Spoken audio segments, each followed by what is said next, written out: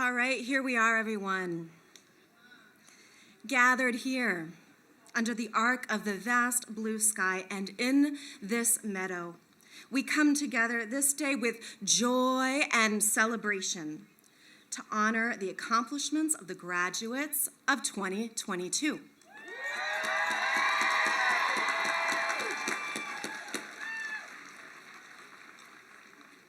Patricia St. Onge is unable to be here today. I am Reverend Dara Olant, former chaplain at Mills College, and so glad to be with you on this, your celebratory day. First, we begin by acknowledging the land and labor of the Ohlone people.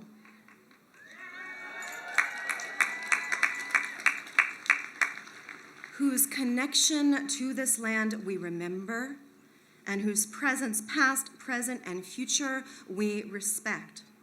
As part of Mills' mission of supporting and fostering learning through the generation and dissemination of knowledge, we acknowledge the land we are meeting on today is the original home of the Ohlone people.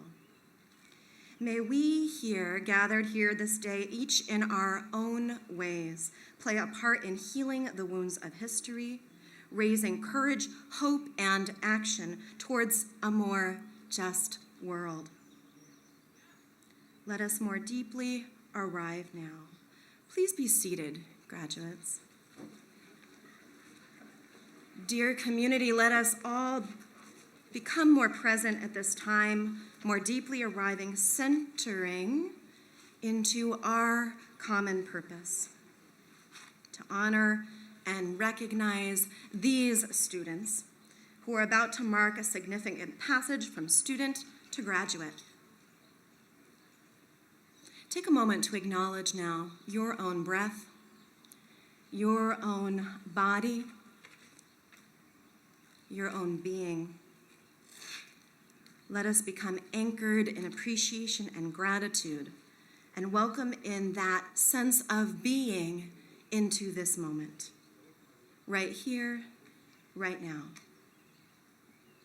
Let us pause, even before we start in earnest, so that we can all become attuned to what it means to be right here at this time. Let's be quiet for just a moment together.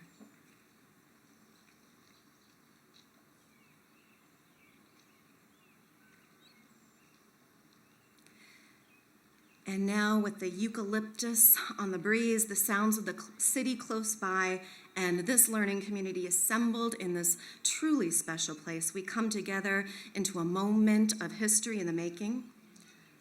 Another generation of intrepid graduates from these hallowed halls, ready to take learning and lift off into your next phases, to take your scholarship, your art, your leadership, your community building, your culture weaving, critical thinking out and into the world. So graduating students, parents, friends, alum, trustees, esteemed guests, faculty, staff, continuing students, welcome. Dear scholars, we know you've been putting in the hours, doing what has needed to be done, and pouring great passion into your many works. We are about to honor the process of formation that has been occurring in unique ways for each graduate here. So much creativity for which we give thanks. So much hard work, so much learning, and we take care on this day to bear witness to you, to celebrate you. We know you've been undertaking these studies in historic and challenging times that reveal to us the fierce and fragile ways our entire globe is connected, yes? So graduates, we honor you. And for all who have supported the graduates on your journey today, we offer great appreciation. For the staff, faculty, president, trustees, for creating opportunities for our students to explore and achieve, we offer appreciation. For the communities of family members and friends who have been the support system for these graduates, because we know that no one does this alone.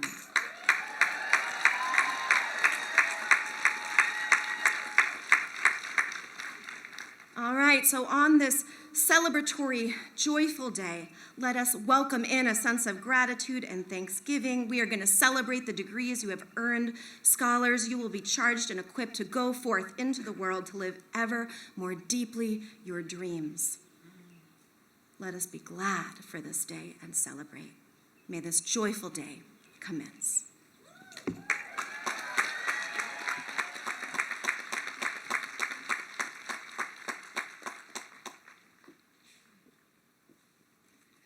Good morning. My name is Katie Sanborn. I'm a proud alumna of Mills College from the class of 1983, and for the past 6 years, I have served as the chair of the Board of Trustees. On behalf of the board, I welcome you to this 134th commencement. President Hillman, Jesmyn Ward, Elizabeth Cabraser, Lynette Gibson McElhaney, Arabella Martinez, President Emerita Alicia DeCudro, and our other distinguished speakers, faculty, staff, students, alums, family, and friends, and you, our graduating seniors and students. Today, graduates, you are the focus. Your achievements, your friendships, your family, your future. It's been 8 months since convocation when you sat in the sun with the hope of the year to come reflecting on your faces. And today you look just as happy and expectant, if maybe a little tired around the edges, for reaching the summit of this path. Now a new path lies before you. The Mills motto extends well beyond today. You will continue to follow many paths, together and separately, as you forge your future. The Board of Trustees is proud of you for rising to challenges, for persevering, for seeing hope, for celebrating your accomplishments in your disciplines. You now become Mills alums, and I know I speak for other alums on the board that we look forward to sharing these experiences with you. Thank you, class of 2022, for all you have given to each other and to Mills. Congratulations.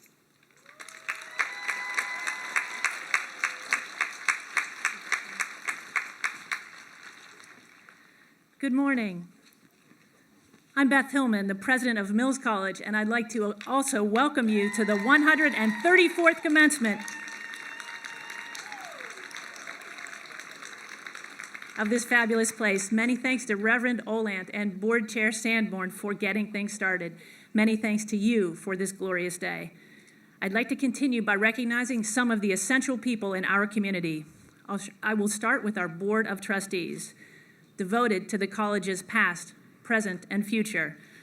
Many alums and leaders all. Please join me in congratulating them for bringing us through another year at Mills College. Thank you.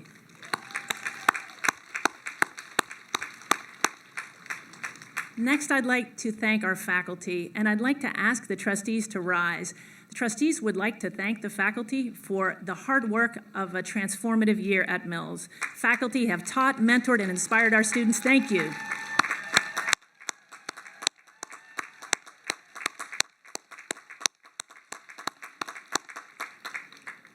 I'd like to thank the college officer team.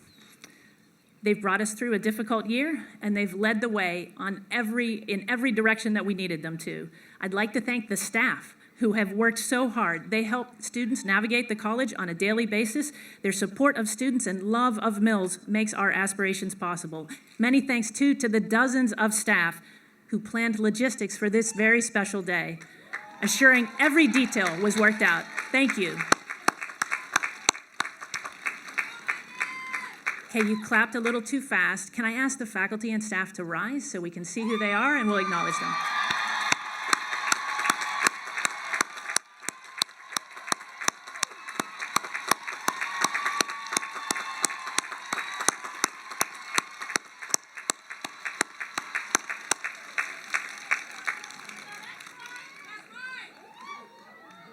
Whenever I acknowledge staff, I often remember that if I ask them to rise if they can, that they're often already on their feet because of the service they're providing to the college. Okay, we also have some loss to recognize. I'd like to remember the beloved Mills faculty who passed away this academic year. Rebecca Fuller, Professor Emerita of Dance at Mills from 1952 through 1988. Hung Liu, Professor Emerita of Studio Art at Mills from 1990 through 2014. Catherine McGinnity, Adjunct Professor at Dance at Mills from 2012 through 2021. And Melinda Miko, Professor Emerita of Ethnic Studies at Mills from 1993 through 2018. Now to the VIPs of today, the class of 2022.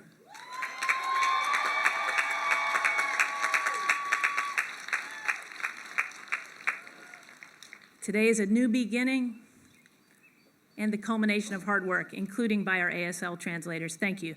I'm grateful to see each and every one of you, and I deeply respect your ability to persevere, overcome, and show up for yourself and for those who empower you. Many of you and many of your family members and friends have made sacrifices to bring you to this moment. Each of us share a connection to your accomplishments. Each of us has pride in your work. Many congratulations to the mighty class of 2022.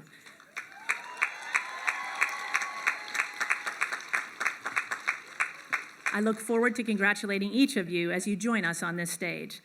Right now, I'd like to give our faculty a chance to acknowledge you, their students, because your work has been a source of joy and inspiration to them throughout your time at Mills. Would the faculty please take this moment to applaud the newest graduates of Mills College?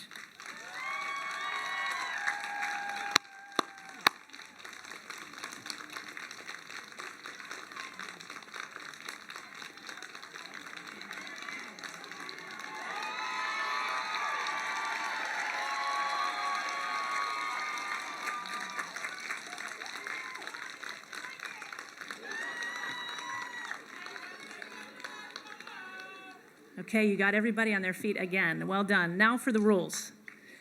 Before I introduce our first speaker, I'd like to remind parents, family members, and guests that we have a professional photographer on site to photograph the graduates. If you'd like to take photos of your family member or friend, we ask that please you do so at the designated area at the far left of the stage at the end of the ramp.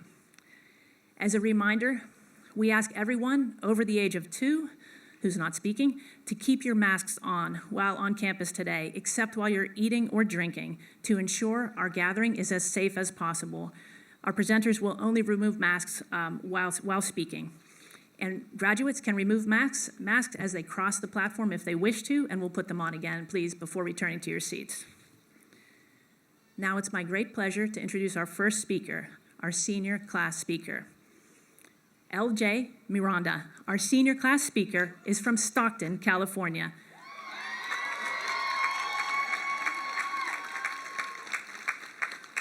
LJ is graduating with a bachelor's in economics with a concentration in environmental sustainability. LJ began at Mills as a member of the SAW program. While on campus, they have supported several departments through their work as an admissions ambassador, supporting the call center, and as a head guard at the Trefethen Aquatic Center.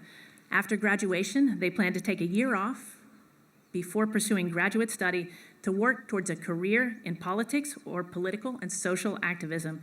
Please join me in welcoming LJ Miranda to the stage.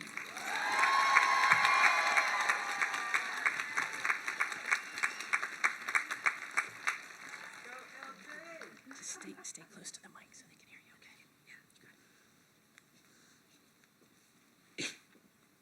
Yeah. Hello and good morning, everyone. I would like to firstly thank my mom, who's done the job of several parents, my little brother, who lights up my life, and the rest of my family, who has supported us along the way.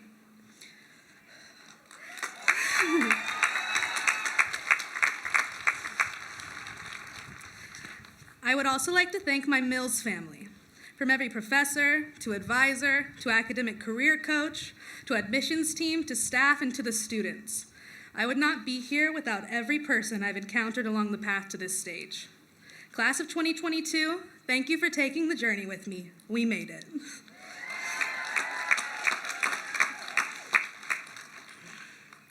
I've been asked why I chose Mills many times by friends, family, and even Lyft drivers. The answer always shocks people. It was a complete whim. I attended a college fair, and the Mills booth had free chocolate that I wanted. Throughout making polite conversation with the admissions counselor, I asked if the application fee could be waived, and she said, "If you ask." I laughed at the time and assumed I would have to look it up online when I went home and would therefore not be applying. She said, "No, if you ask now," and she wrote down the application code on my brochure. I didn't know it then, but that interaction shaped my experience at Mills. Asking students, professors, tutors, or even Res Life and records for extensions, help, and any number of other things was the only way I've gotten through my college education. I might have chosen this school on a whim, but staying was a choice I don't regret. I was terrified of going to a private school, being a first-generation college student and a low-income one at that.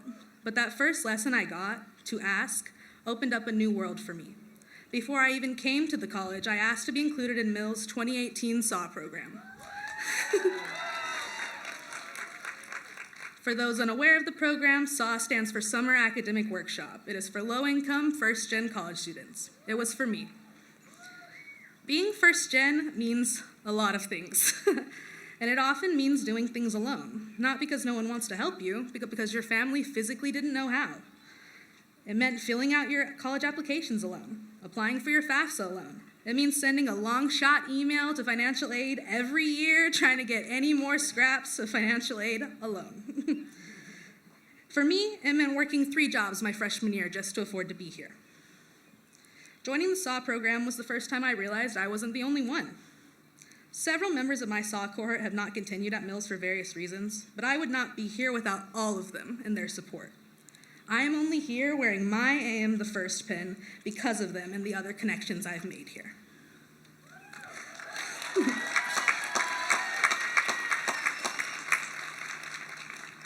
Throughout my time at Mills, I've learned that Mills College is a college of firsts. Mills was founded in 1852, 2 years after California became a state, making it the first women's college west of the Rocky Mountains. In 1969, Mills became the first independent college to have an ethnic studies program. And in 2014, Mills was the first women's college in the country to craft and pass a transgender admissions acceptance policy.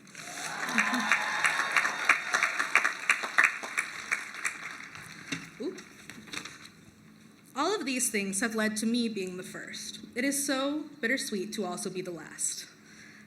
The 134th graduating class of Mills College, class of 2022.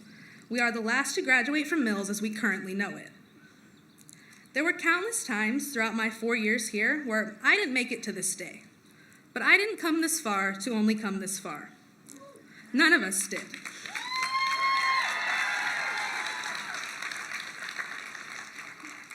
All of us are going to leave here today and chase our own dreams and passions. And regardless of the success rate, we will all leave some mark on the world, just like the 133 classes before us. Mills is not dead. How could it be when there are 134 classes who have graduated and gone into the world making their own changes and lives and carving a path that led to me standing here today? Mills did not come this far to only come this far. Regardless of how the merger changes the school, every student, every faculty member, every staff member, every alum makes Mills what it is carrying a piece of that legacy with them. We already have everything from congresswomen to the only woman serving as a public address announcer in all of Major League Baseball as part of our alumni.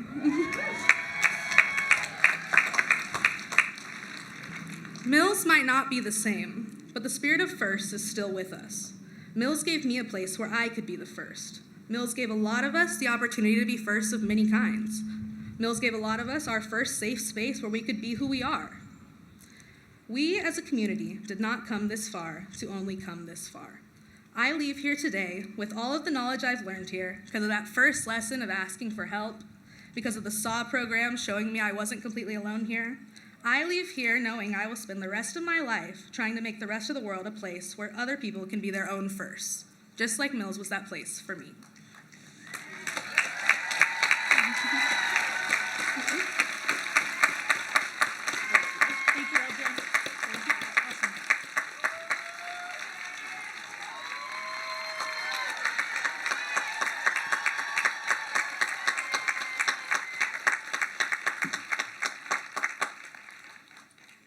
Thank you, LJ.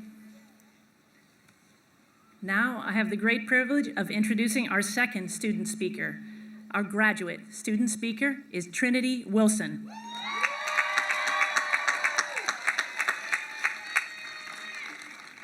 Trinity is a Bay Area native who grew up in Oakland, California.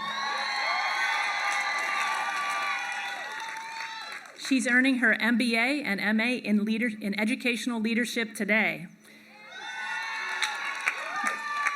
She is currently the Assistant Program Director for UC Berkeley's Haas School of Business Boost at Berkeley Haas program.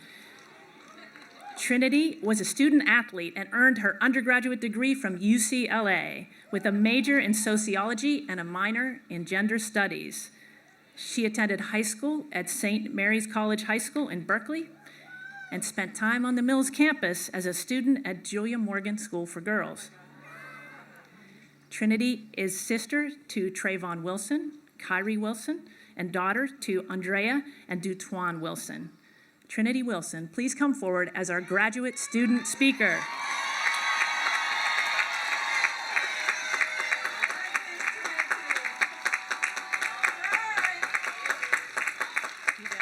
Stay close to the mic, okay? So we can hear you. Stay close.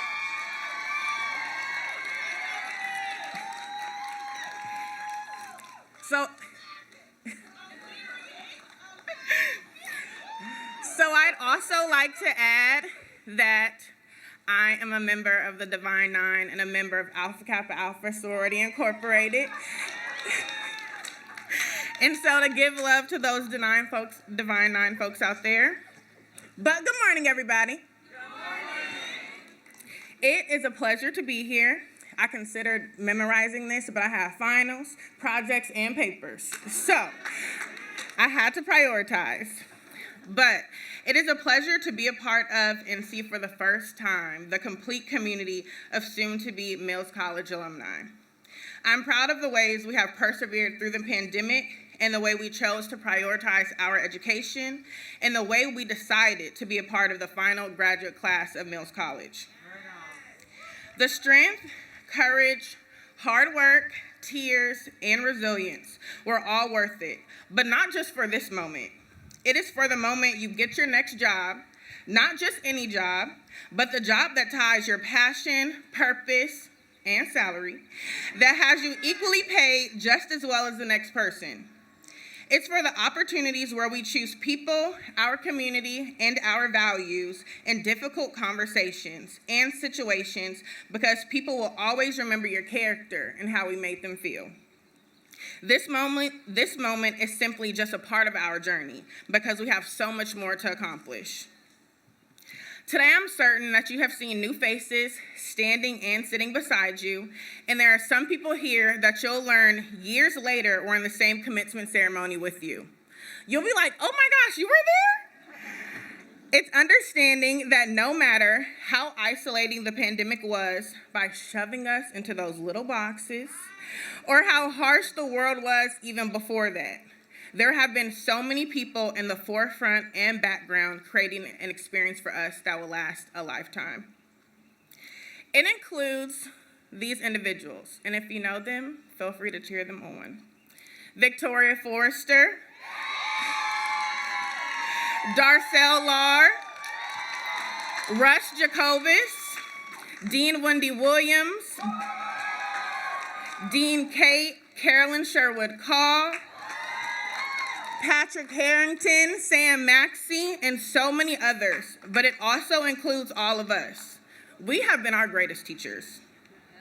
I say these names and acknowledge all of us because we cannot move past this moment without recognizing that we did not get here by ourselves. We got here because of our family, our friends, our classmates, and our community who all believed in us. We are the epitome of answered prayers, hopes, and dreams. I'm not necessarily here to inspire you. I'm here for you to embrace all that you've done to get here. I'm here for you to recognize that leading can be done in many different ways and still be done well. You can lead and leave a mark on every community you step foot in because they're going to know your name before you get there. Take pride in all that you have done and accomplished, and do not minimize this moment because you are the only one who knows what it really took for you to get here.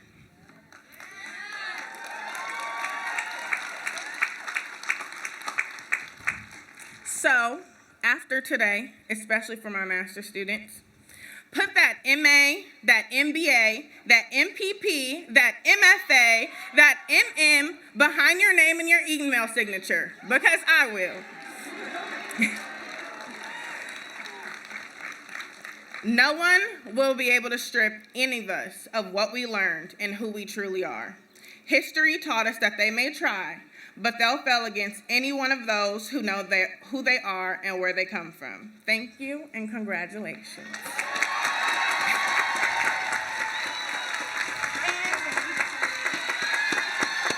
Thank you, Trinity. Great job.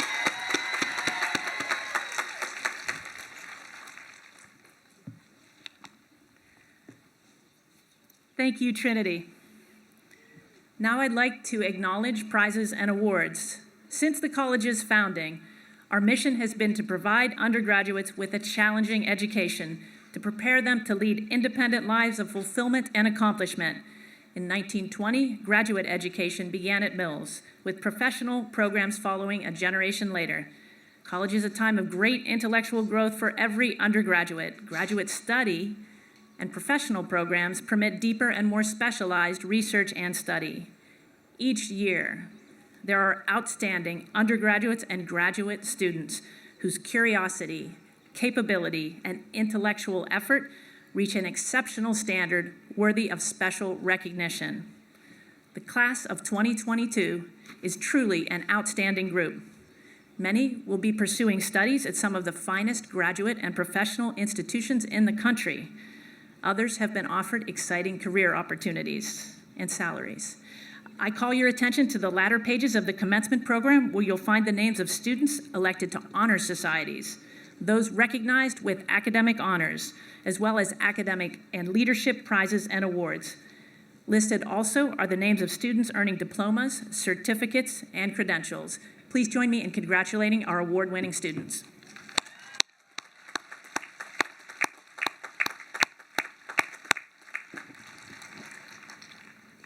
We'll begin the presentation of degrees with our honorary degrees. Today, we will award honorary degrees to 3 remarkable leading women of the San Francisco Bay Area: Elizabeth J. Cabraser, Lynette Gibson McElhaney, and Arabella Martinez.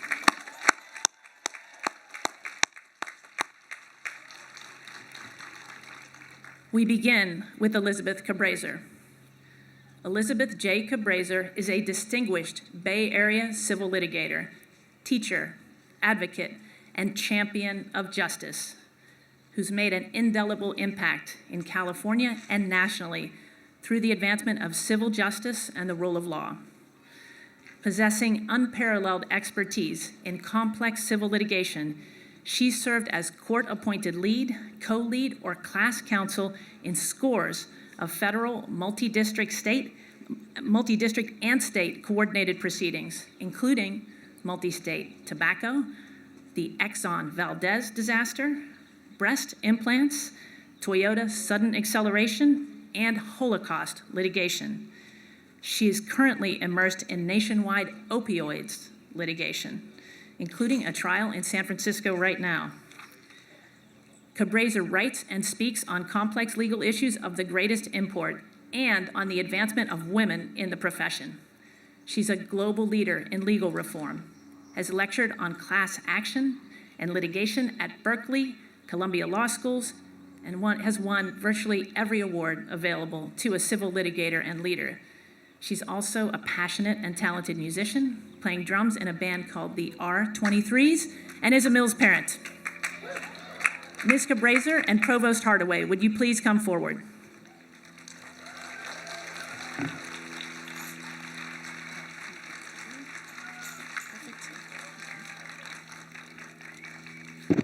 The trustees of the college, by the authority vested in them, and on the recommendation of the faculty, have conferred upon Elizabeth J. Cabraser, champion for justice, an expert in civil litigation, nationally recognized for her contributions to the legal profession and dedication to the advancement of civil justice and the rule of law, an advocate for the underserved, the degree of Doctor of Laws, honoris causa, with all the rights, privileges, and honors thereunto appertaining, given at Mills College in the state of California on the 14th day of May in the year 2022.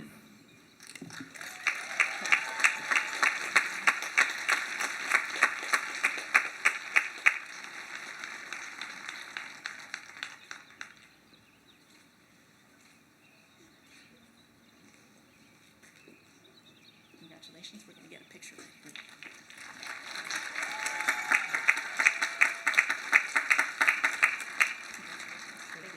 And all hail the awesome class of 2022.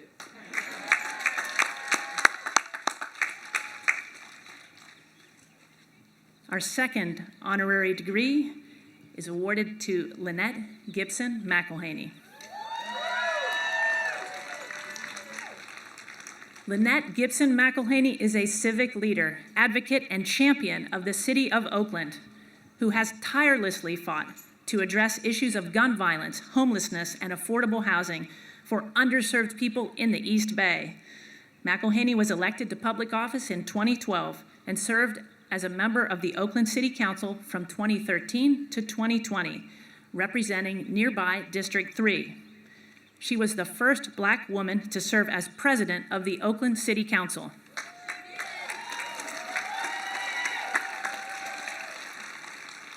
Before entering politics, McElhaney worked for nearly 15 years in nonprofit affordable housing development and advocacy, first with the City of Oakland Community and Economic Development Department, working on homelessness, and then with the Richmond Neighborhood Housing Services and the Neighborhood Housing Services of the East Bay, creating and teaching curricula that help thousands of families learn financial literacy and achieve and retain home ownership.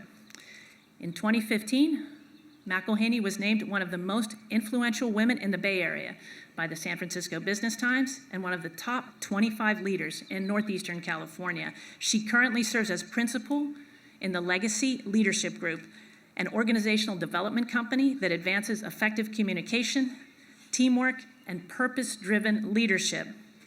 Lynette has long been an inspiring leader and a model of resilience and light for those of us here at Mills College and beyond. Ms. Gibson McElhaney and Provost Hardaway, would you please come forward?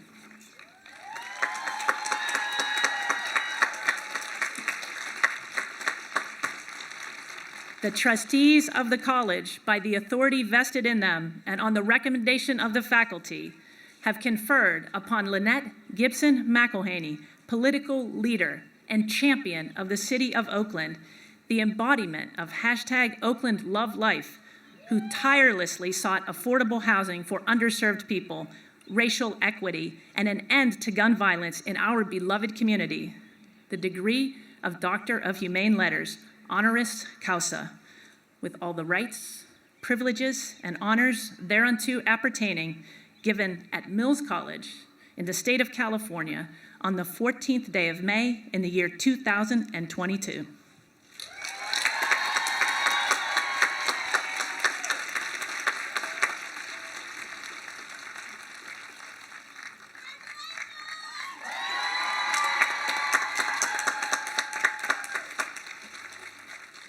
You're perfect.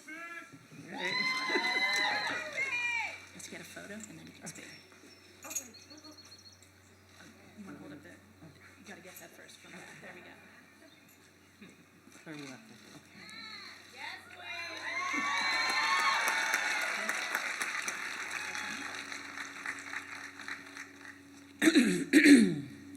Good morning, y'all.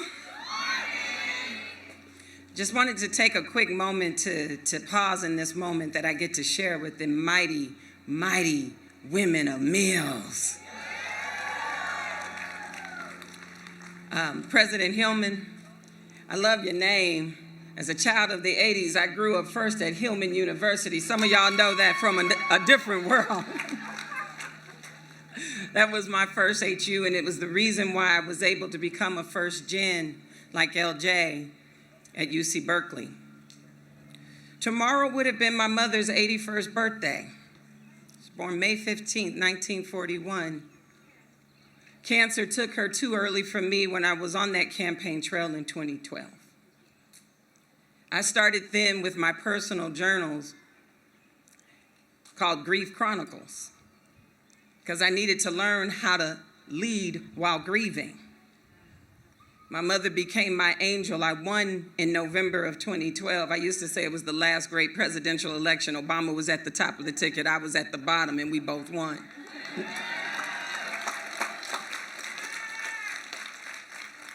In 2015, when I became the first African-American woman to be the Oakland City Council president, that December, a child I raised as my grandson was taken by a boy with a gun in West Oakland. In the very issue that we were fighting to combat and found too many deaf ears. And again, I started then in Facebook with the hashtag leading while grieving. In 2019, when I was in the throes of political turmoil in our town, still fighting to get the Department of Violence Prevention up, still fighting for those who are too wounded and traumatized, the people from my hood were not being heard. A boy with a gun would take the life of my son, Victor McElhaney, who was a son of this city, a musician and a love light. And I couldn't even figure out how to go on. And yet there was this thing that we are leading while grieving. I'm speaking to a group of resilient people whose stories are different than mine, but many of you are kind of like mine, like LJ or like Trinity, when people said you shouldn't even be here. Those of us who are still lifting up a lonely legacy and trying to figure out how to honor each of these steps that we take. We are surviving in COVID. We are grieving in COVID. We are grieving the loss of our beloved community and the things that are familiar. You all who are the last graduating class of Mills as we know it are celebrating with a tinge of grief. And so I just wanted to share with you all some of what I've been learning in this decade of leading while grieving. You'll take your next step and you will enjoy your next laugh because you will be empowered by hope. Now, there's a word in this hope that makes it active and not passive. St. Augustine said hope has two beautiful daughters. One is anger and the other is courage.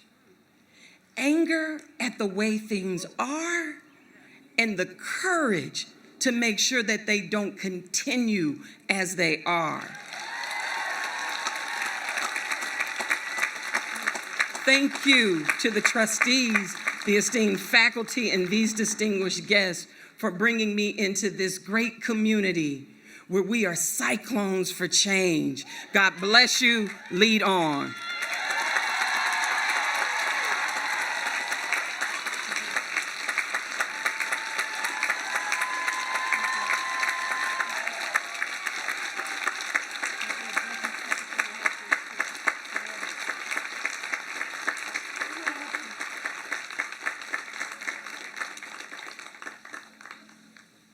Shout out to my family. They all here, y'all.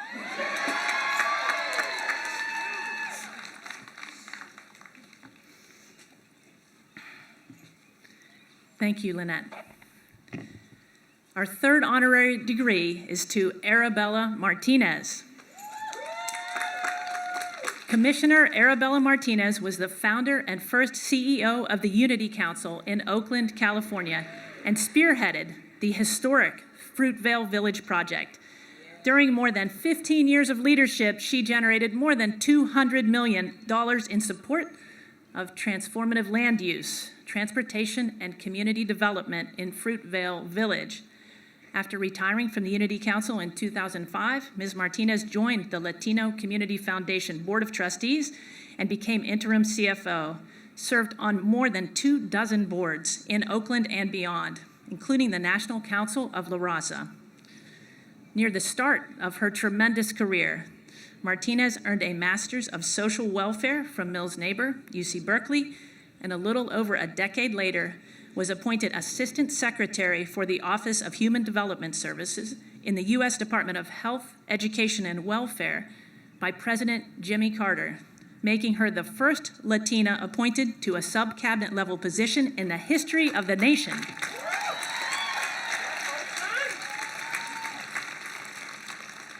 Arabella Martinez has dedicated over 40 years to building economic self-sufficiency and empowerment among women and communities of color.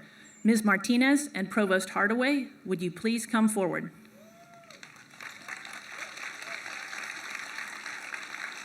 The trustees of the college, by the authority vested in them and on the recommendation of the faculty, have conferred upon Arabella Martinez, champion for women's empowerment, founder and first CEO of the Unity Council, leader of Oakland's Fruitvale revitalization, a brilliant community organizer and extraordinary leader who strengthened the socioeconomic status of low-income families and became the first Latina appointed to a sub-cabinet level position in the nation, the degree of Doctor of Humane Letters, honoris causa, with all the rights, privileges, and honors thereunto appertaining, given at Mills College in the state of California on the 14th day of May in the year 2022.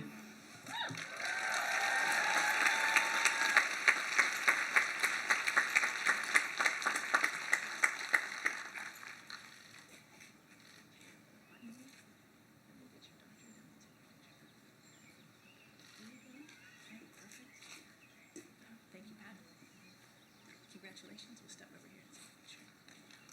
Thank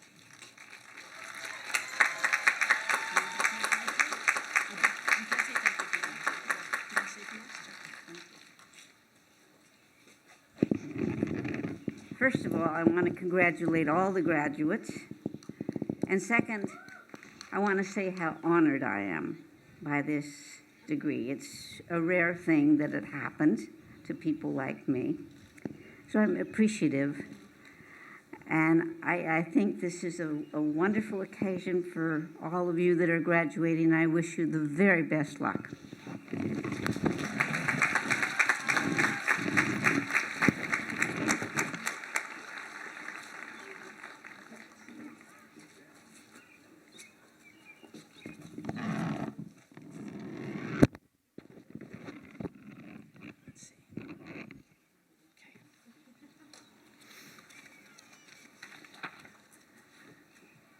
Now, I have the great pleasure to introduce our Degree Day speaker, our Commencement Address speaker, Jesmyn Ward.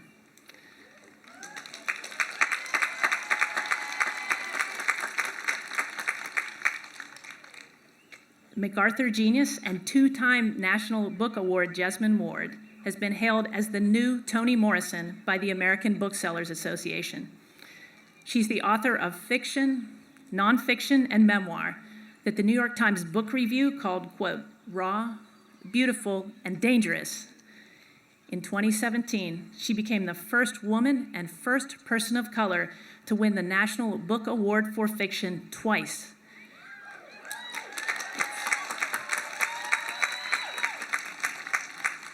Joining the ranks of William Faulkner, Saul Bellow, John Cheever, Philip Roth, and John Updike.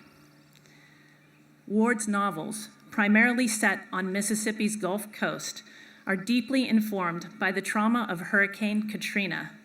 Salvage the Bones, winner of the 2011 National Book Award, is a troubling and empowering tale of familial bonds set amidst the chaos of the hurricane. Men We Reaped, a memoir, deals with the loss of 5 young men in her life to drugs, accidents, suicide, and the bad luck that follows people who live in poverty. It was named one of the most outstanding memoirs published since 1969 by the New York Times. Ward also edited the critically acclaimed anthology, The Fire This Time, A New Generation Speaks About Race, another bestseller. Sing, Unburied Sing, won the 2017 National Book Award. Ward's latest is Navigate Your Stars, an adaptation of her 2018 Tulane University commencement speech that champions the value of hard work and the importance of respecting oneself and others.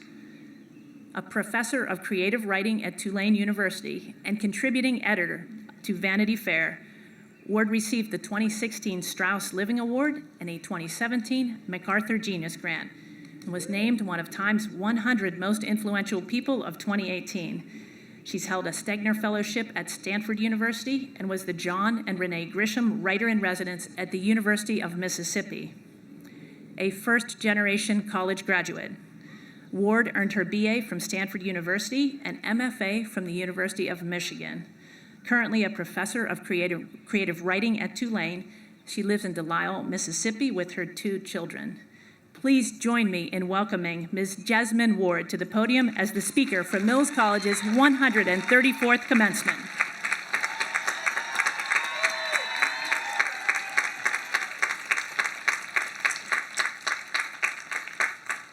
Sorry, I'm getting us to the right page.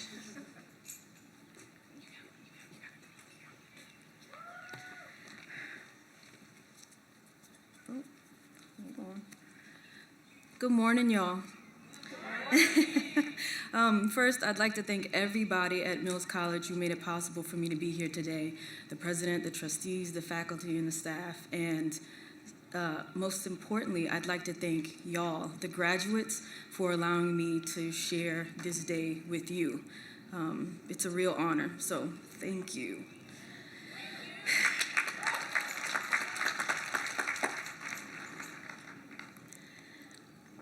I remember being where you are. I remember my own college graduation ceremony, how heavy the black graduation gown felt, how the fabric didn't breathe, how it trapped heat and made me sweat as I sat in the middle of a football field and listened to a poet give an eloquent, encouraging, obtuse graduation speech. I do not remember the takeaway of the speech. I think I was too overwhelmed by the heat, by the way the sun burned the back of my neck, by the elation I felt at graduating, and by the fear that sat fat and heavy as a snake on my shoulders. That fear was the surest thing I felt that day. Fear choked me. Unlike many of my classmates, I was graduating without a job. I'd followed my love of language and majored in English, and employers weren't necessarily burning up my phone with job offers. I was the first person in my immediate family to attend college, a first-generation college student. So I'd felt an immense amount of pressure to avoid majoring in English, and instead I was told to quiet my inner voice, which led me to creative writing. The world around me said it would be best to study medicine or law. I tried to divert my attention, but my love for language would not be denied. During my undergraduate years, I followed my heart, my inner voice, which flowed to fiction. I sat in the back of classrooms, took notes, almost drunk on the poetry of the writers I studied, writers like Zora Neale Hurston and Toni Morrison and Lee Young Lee and Gabriel Garcia Marquez. I couldn't resist that love, but I tried. I had secret dreams of being a writer, but I tried to ignore those urges to create because, again, I was afraid. I feared I would fail. It was common talk amongst my peers and professors that it was nearly impossible to write and publish. Besides, I'd grown up black and poor as a girl in rural Mississippi, and I had heard, overtly and covertly, my whole life that I was worth less, that I did not deserve the grades I studied so hard for, or the admissions letters or the scholarships I received. What I learned I deserved? Poverty and all its attendants, hunger, deprivation, filched dreams, to live in close quarters as I had lived in my grandmother's house with my extended family for much of my childhood, where around 15 of us made do in a 4-bedroom house with no central air and no central heat. to eat the offal of animals and beans, so many rice and beans, to sleep on Christmas Eve and dream of the police raiding our home and taking my father and all the men in my family to jail. So, as my college graduation approached, I silenced my inner voice. I pushed my desire to be a writer to the side and decided that I would concentrate on getting a job in media, in publishing or journalism or television. Maybe one day when I was in my 30s or 40s, after I established myself and worked my way up to some sort of respectable career, I would return to school, get a master's in fine arts and fiction, and try to write and work at the same time.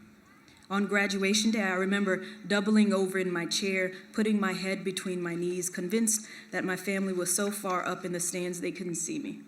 In some ways, I think I'd imbibed and digested the narrative that the world had told me about not only who I was and what I was capable of, not much. I'd indulged my inner voice, my intuition that led me to study literature in college, but now, on graduation day, I had to be merciless. On graduation day, the facts of my childhood and adolescence were ever present, the taste of the wick corn flakes and powdered milk bitter in my mouth, the chemical smell of the Section 8 houses we lived in rancid in my nose. The fear that pressed on me graduation day said it would be best to quiet that love, to quiet my little dreams so that I could have a more secure future. I thought that if I stifled my inner voice, I wouldn't have to return home to Mississippi. I thought that if I stifled my inner voice, I could avoid tragedy, change, failure. That is not what happened. This happened instead. I moved home to Mississippi because even though I damned my dreams and was practical, I still could not find a job. Months passed. My credit card debt ballooned.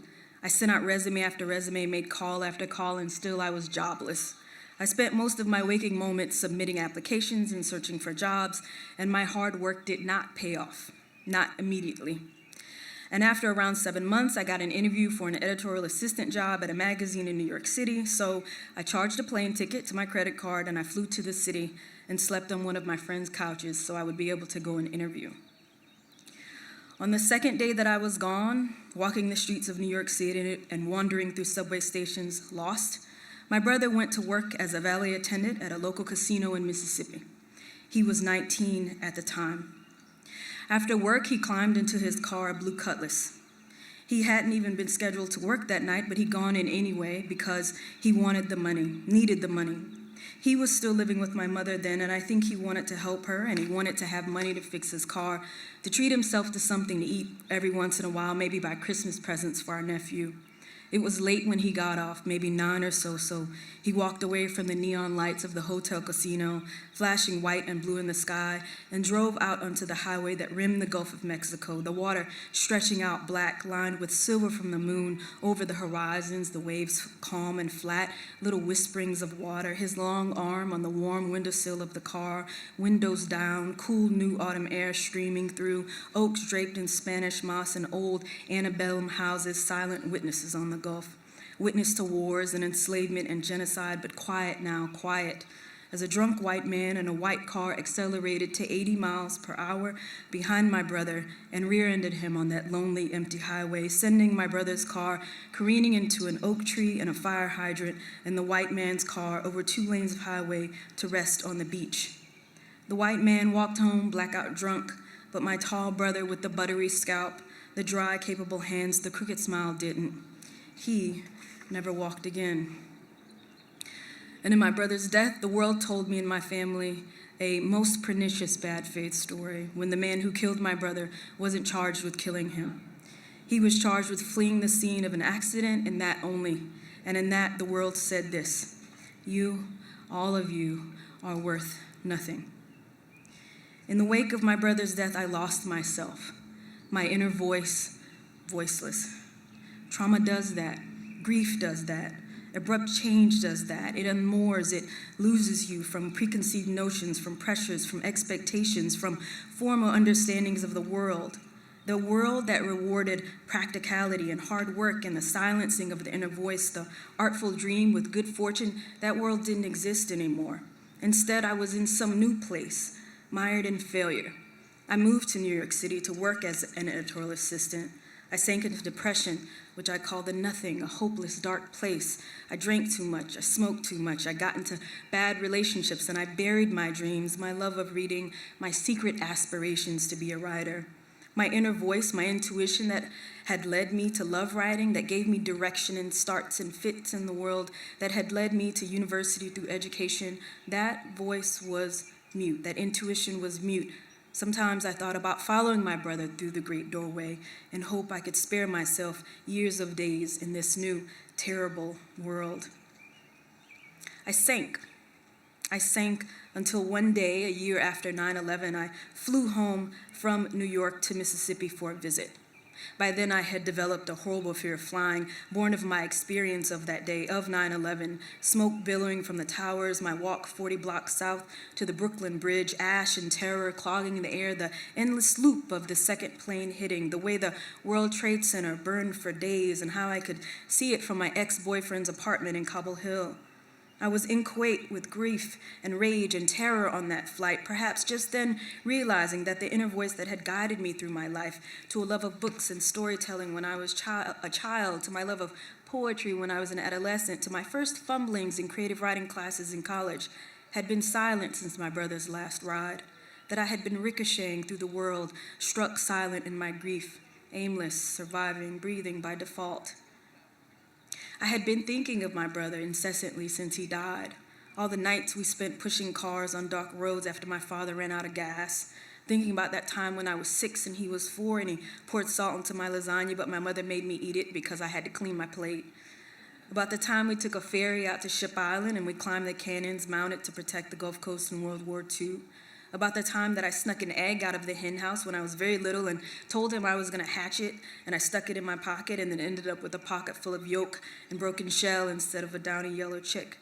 About when we were teens and I told my brother that some boy was yelling at me and harassing me while I was skating, and so he rode down the street in the cutlass he would die in and told the boy to leave me alone.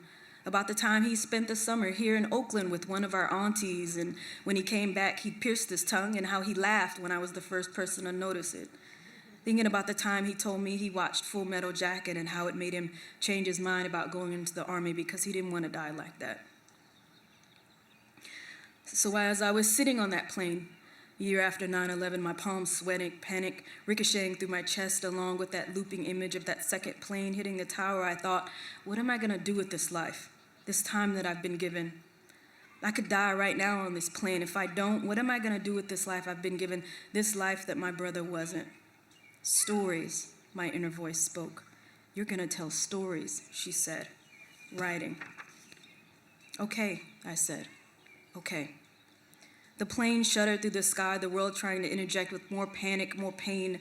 What I'd understood since my brother died was that the world was insisting that I deserved more panic and pain, and only that, but I knew something then when I heard that inner voice.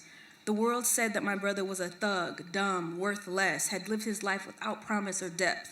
But my inner voice knew he was more. He was funny and brave and nervous around crowds and shy sometimes. And instead of hanging with his friends when I visited from college, he always said to them, I gotta go home, my sister's home. The world said my mother was worthy of only poverty, only struggle, of her work as a housekeeper, scrubbing floors on her hands and arthritic knees. But my inner voice knew my mother was more. She told sly jokes and laughed with her whole body, and when she was a child, she nursed hound dog puppies back to health, fed them with bottles, murmured her own little songs to them. The world said my father was a deadbeat philanderer, no morally defunct.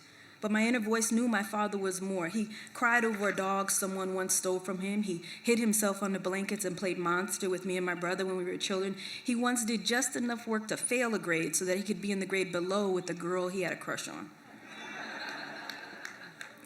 The world said my grandmother was weak and unintelligent because she only had a 7th grade education, didn't deserve agency because she was a single mother of 7 children after her marriage dissolved. But my inner voice knew my grandmother was more. She made pound cakes and pies, lemon meringue and coconut and pecan from memory alone. She cradled children to her bosom and hummed off key because she couldn't sing that well. And in the worst of Hurricane Katrina, after the storm surge had swept my car away, submerged it in water, and my pregnant sister and I escaped by jumping out of the car windows into the storm surge, my grandmother stood on the shore of the road, out of the reach of the floodwaters, beckoning us, power lines snapping around her, uprooted trees falling, tree limbs skidding through the air, the wind whipping at nearly 100 miles per hour. "Come," she said, her arms stretched wide. "Come," she said, "I will keep you safe." And we swam. After I landed and left that plane, I wrote.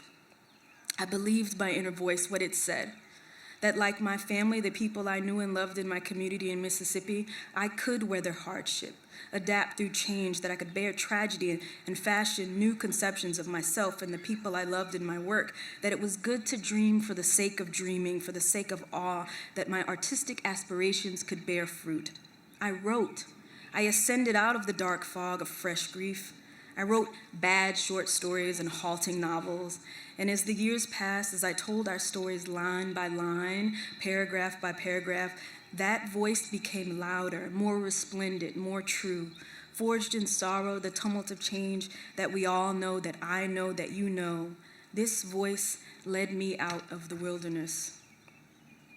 When I wrote about twins coming of age, when I wrote about a girl facing a hurricane, when I wrote about my brother's life and death, when I wrote about a boy and a ghost in their journey, I was telling stories that grated against all the tales that the world told me about who I was and what I was capable of, about who my family was, about who my community was, and what we were capable of.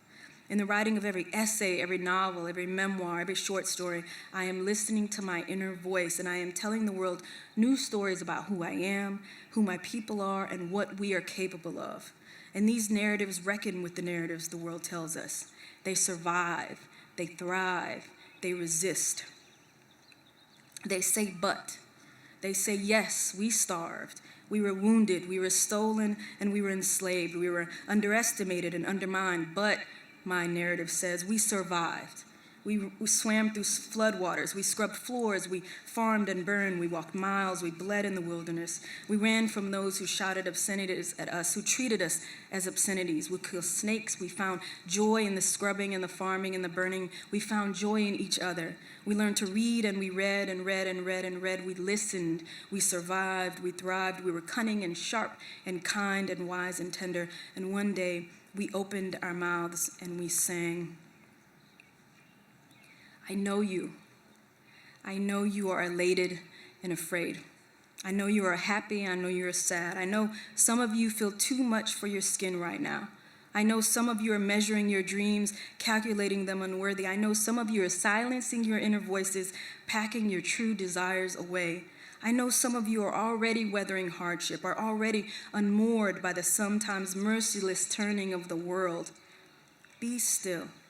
Listen to your voice, the one that speaks in your darkest nights, that sounds in your cruelest mornings. Be very still. Know that your voice is your lantern. Know that your voice is your boat. Know that your voice is that which will bear you up on the sea of grief and loss and change, and that silencing your intuition, your voice will not spare you the world. Know that your voice is your oar, your prow. Your voice is a constellation glittering in the night sky. Please listen. Know that you are more, can become more, will flower into more than the world could ever conceive of. Don't kill your heart. Embrace your intuition. Listen to that voice. Follow it and sing, unburied. Sing. Thank you.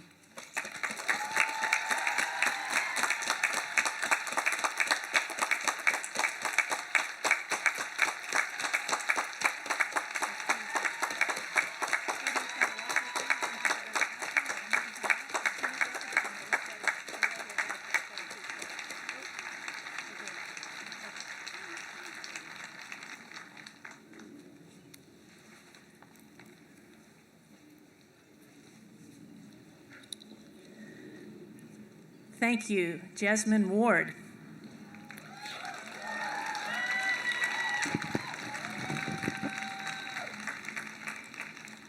It's time to confer degrees. I want to remind you, there's a professional photographer here. If you'd like to take photos, please do so at the designated area at the far end of the ramp with the grape banner. I invite our graduates to walk across this stage proudly.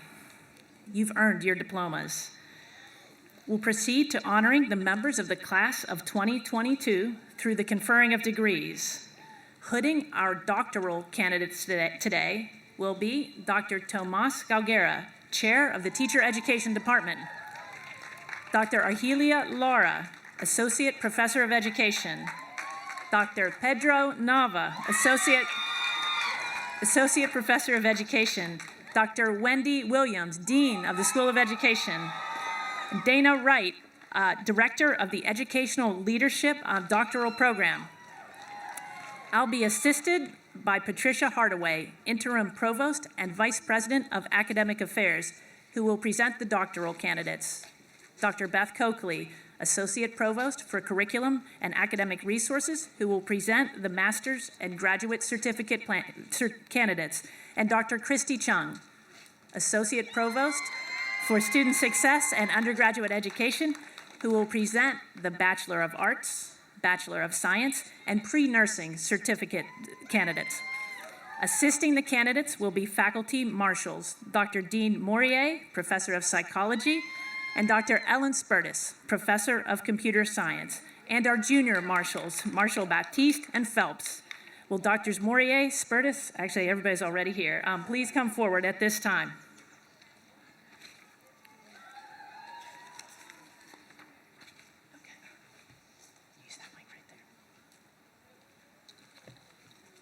Use that mic right there.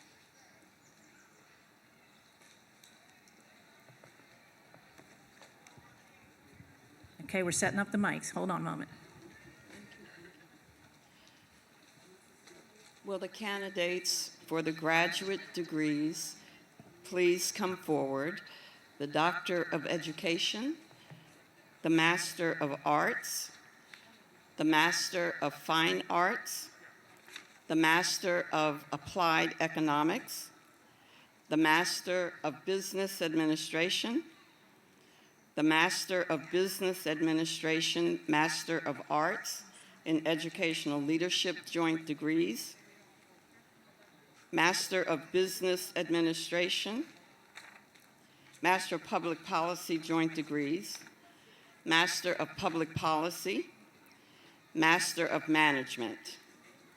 And will the candidates for graduate credentials and graduate certificates please follow?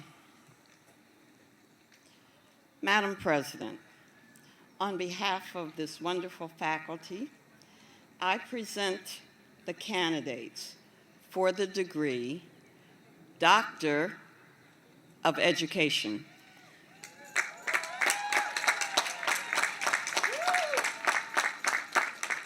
Upon the recommendation of the faculty and by the authority vested in me by the trustees of Mills College, it gives me great pleasure to confer upon you the degree of Doctor of Education and admit you to its rights, privileges, and responsibilities. Please come forward.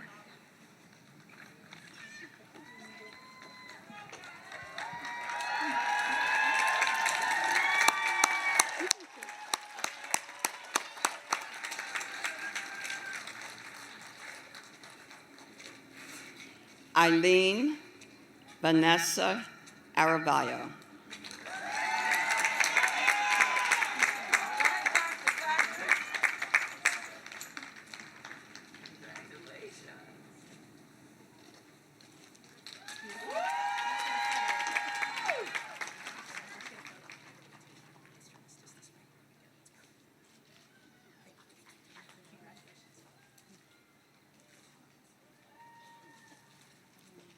Mohammed Lamin Sise.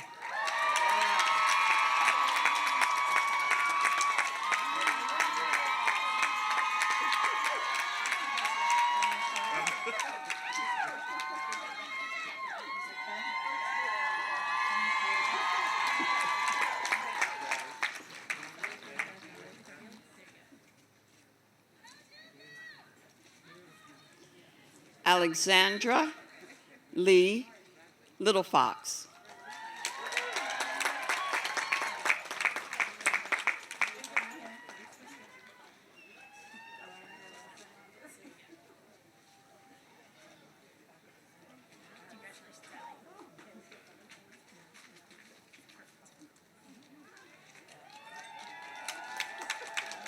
let me call you. Tanaya Mildred Ransom.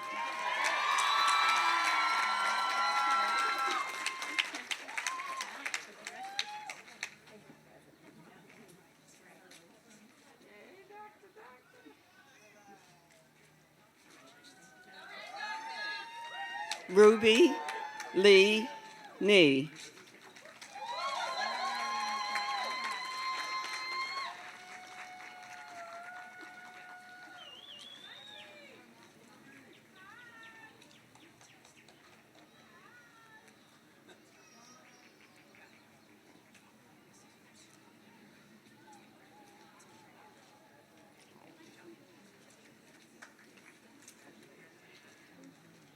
Kenitra Ray Newman.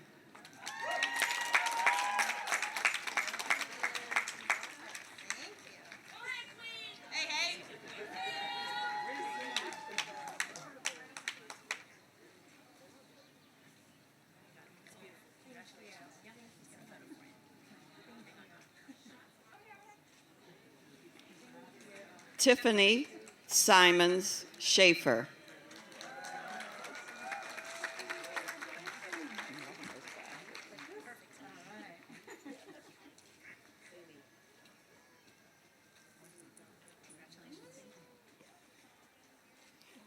Thank you. Tracy Ann Burns.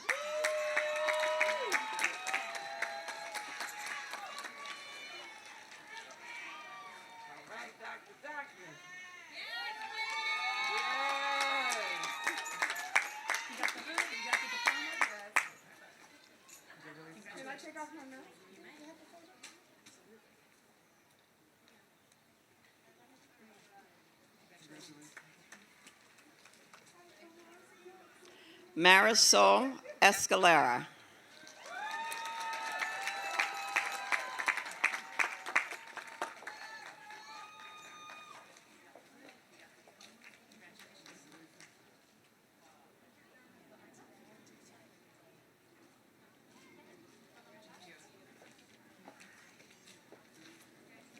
Julie Antoinette Kiefer Lewis.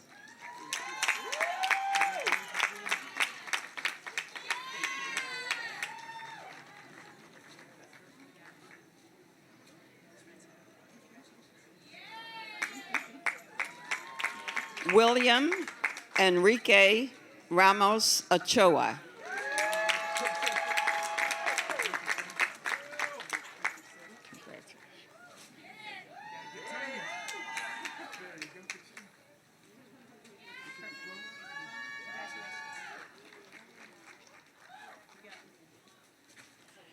Bernadette Pilar Chabard Zermeño.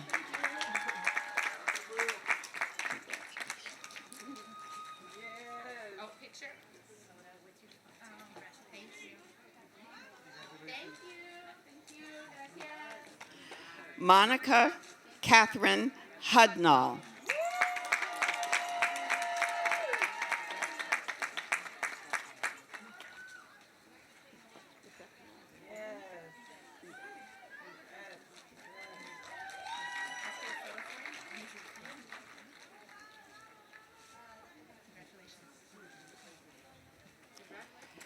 Janine Evanes Robinson.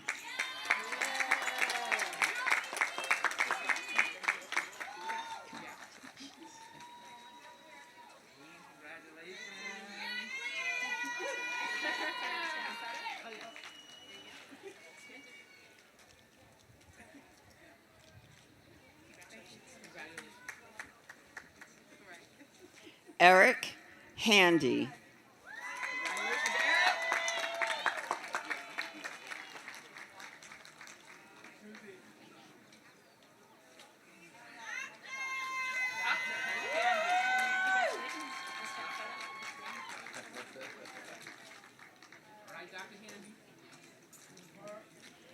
Nicole L. Kelly.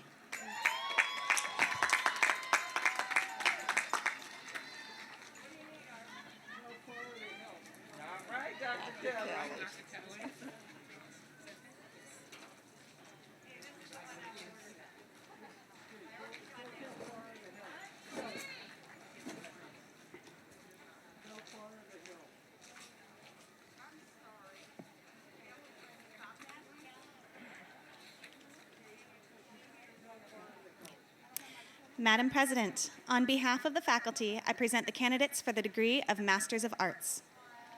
Upon the recommendation of the faculty and by the authority vested in me by the trustees of Mills College, I'm pleased to confer upon each of you the degree of Master of Arts and admit you to its rights, privileges, and responsibilities. Please come forward.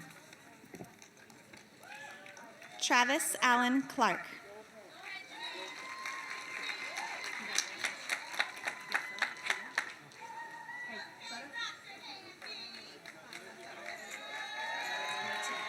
Justin Ho.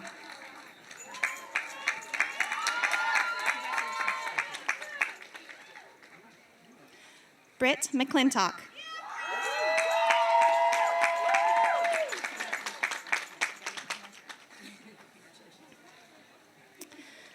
Talia Francis Willingham.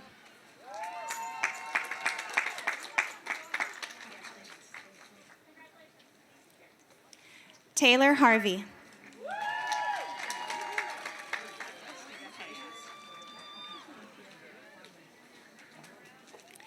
Taya Anyi Jonqui Blatt.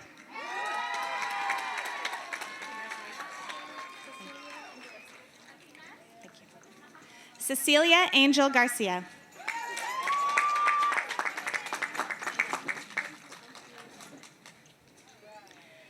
Emma Asano Rourke.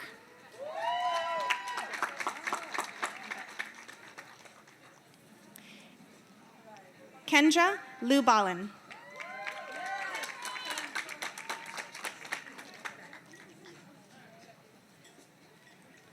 Eleanor Diane Oda.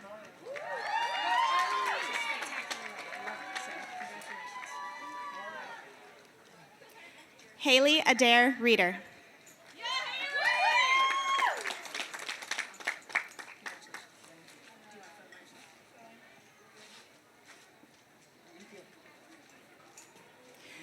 Jacqueline Tianrero.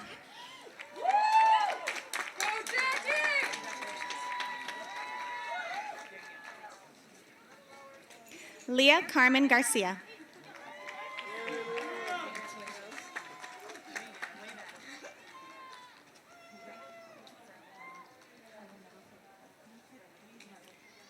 Javier Antonio Martinez.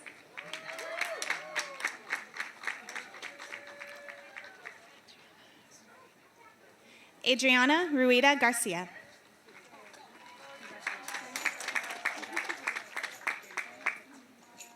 Jennifer P.B. Williams.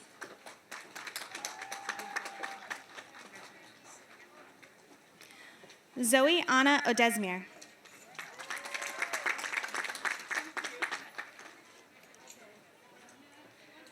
Hadia Amani.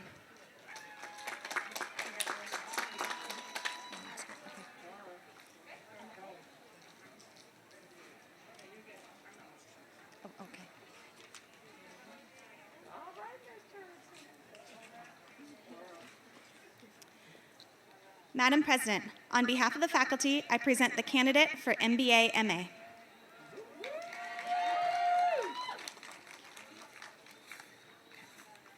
Upon the recommendation of the faculty and by the authority invested in me by the trustees of Mills College, I am pleased to confer upon each of you the degree of Master of Business Administration and admit you to its rights, privileges, and responsibilities. Please come forward. Trinity Nicole Wilson.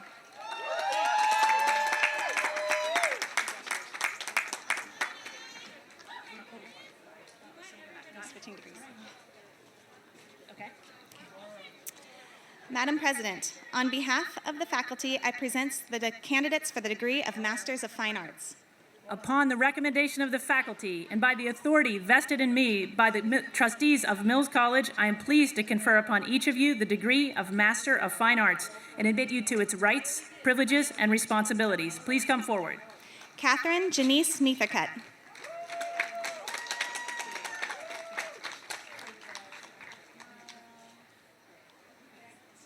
Jessica Chanel Moreno.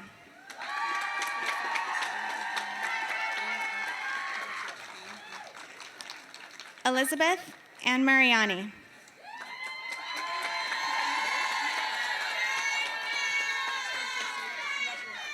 L. Sandbach.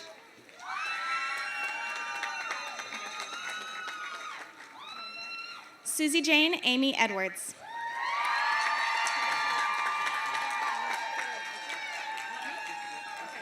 Carla Fellows.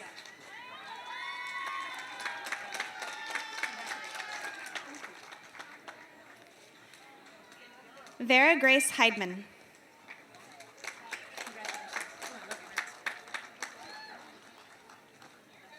Tashandra Poulard.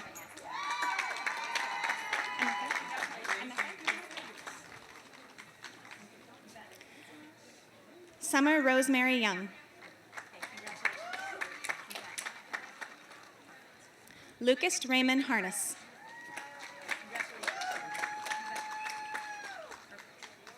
Trianne Cow.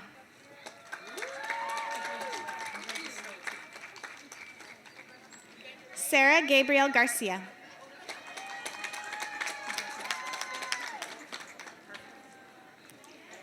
Alexandria Janine Jones.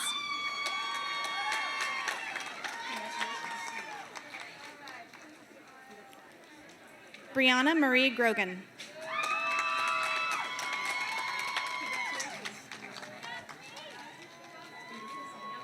Zara Jubin Shah.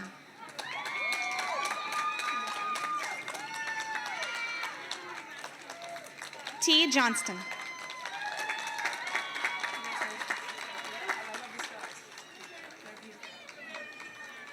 Wada Reynolds.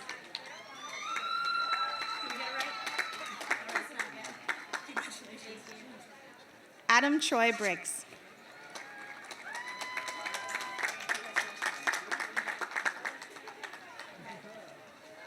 Caitlin Della Vanderveen.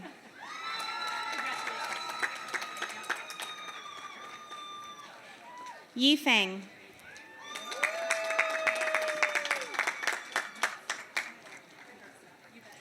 Eunice Y. Lee.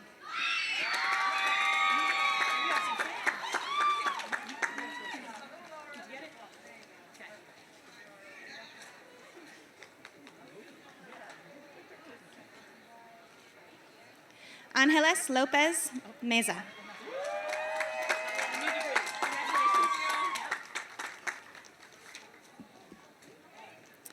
Abigail Midori Maisona.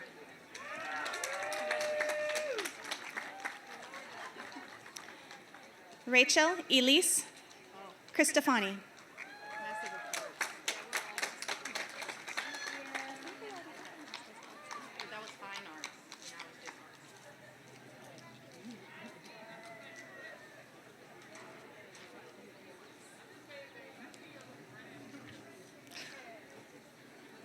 Madam President, on behalf of the faculty, I present the candidates for the degree of Master of Arts.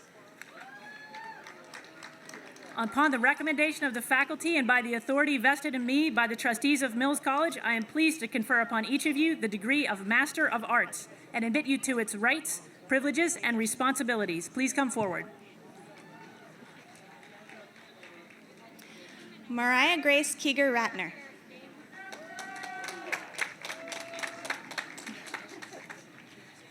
Stephanie Marie Canistra.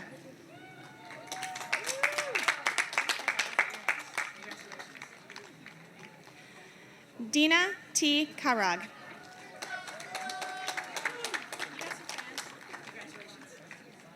Jessica Dale Moore.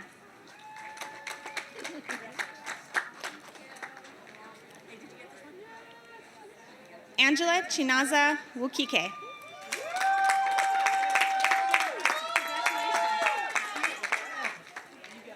Sundown Daniel Collins.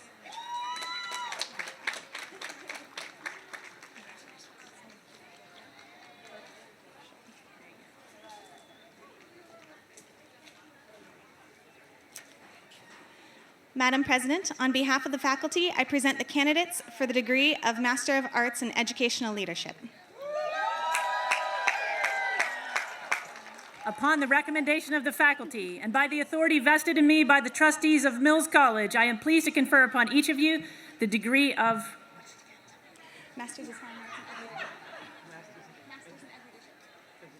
Masters of Arts in Educational Leadership and admit you to its rights, privileges, and responsibilities. Please come forward. Jamie Ross.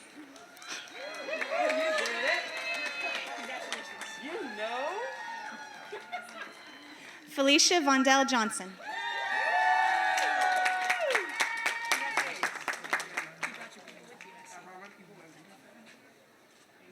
Amelia Gray.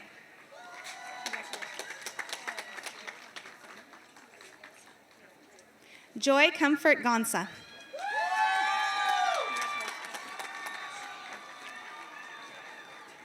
Askia Mohammed.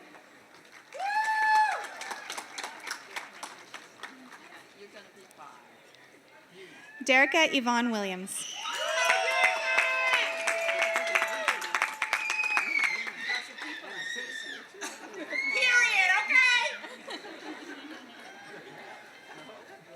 Christina Nance.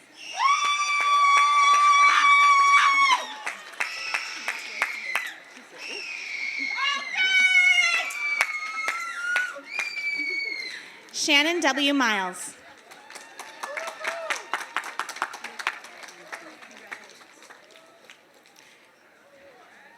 Kayanat Khan.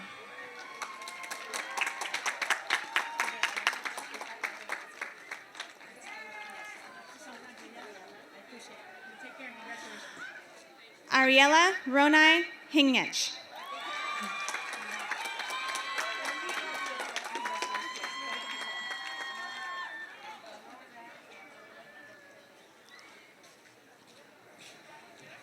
Madam President, on behalf of the faculty, I present the candidates for the degree of Masters of Business Administration Management. Upon the recommendation of the faculty and by the authority vested in me by the trustees of Mills College, I am pleased to confer upon each of you the degree of Masters of Business Administration and admit you to its rights, privileges, and responsibilities. Please come forward. Danny Baldacci.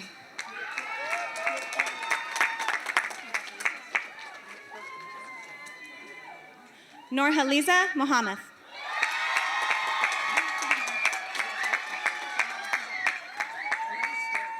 Jorge Villalobos.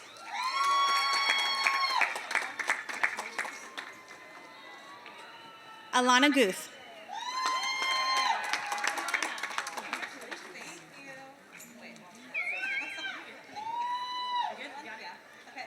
Joanna Eshel Pozmoleski.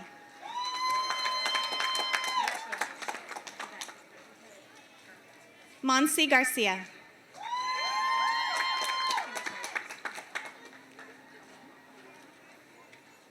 Belen Orozco.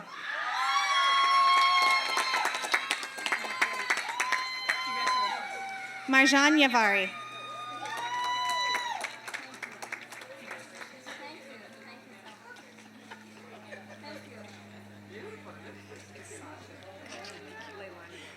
Sasha Leilani Werblin.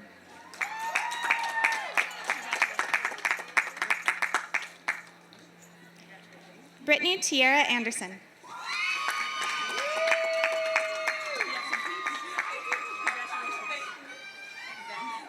Damani Harden.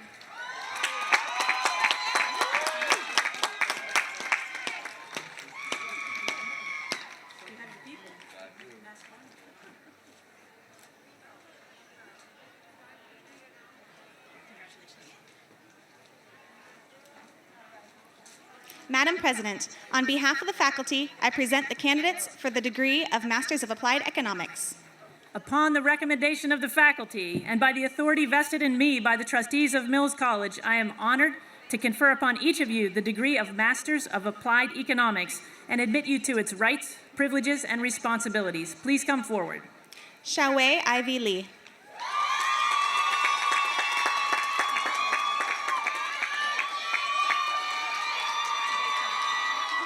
Nell Hayes.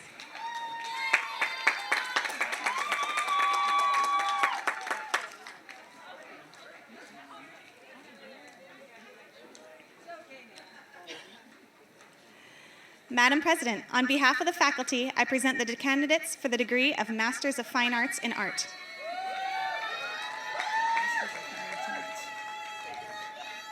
Upon the recommendation of the faculty and by the authority vested in me by the trustees of Mills College, I am honored to confer upon each of you the joint degree of Masters of Fine Arts and Arts and admit you to its rights, privileges, and responsibilities. Please come forward. Kelsey Ray Thomas.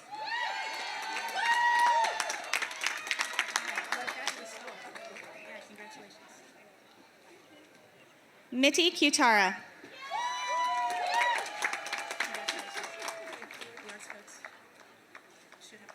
Hannah Carolyn Posen.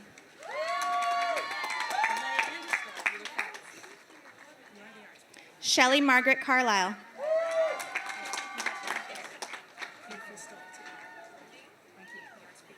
Ambrose Prince.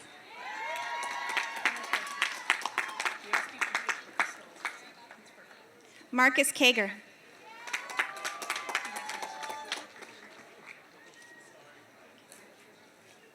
Maria Lucia Aguilar Gore.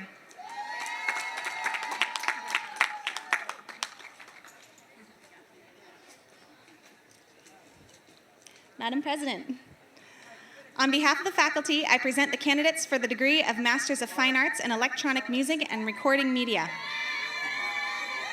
Upon the recommendation of the faculty and by the authority vested in me by the trustees of Mills College, I am honored to confer upon each of you the degree of Masters of Fine Arts in Electronic Music and Recording Media and admit you to its rights, privileges, and responsibilities. Please come forward. Jefferson Thomas Doyle.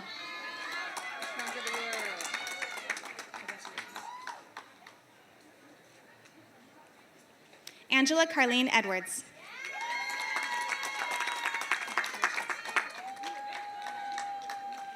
Krishna Kumar Javeri.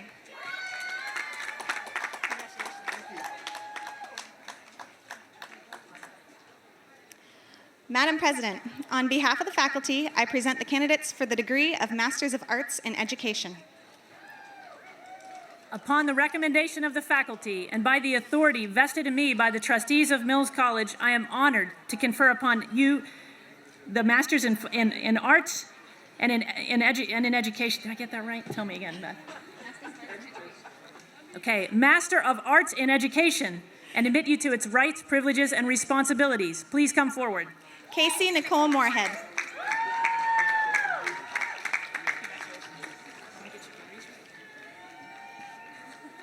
Karen Christine Wilson.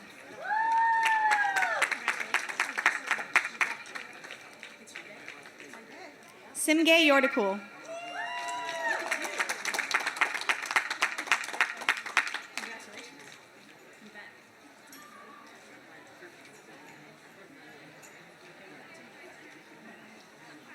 Madam President, on behalf of the faculty, I present the candidates for the degree of Masters of Arts in Educational Leadership.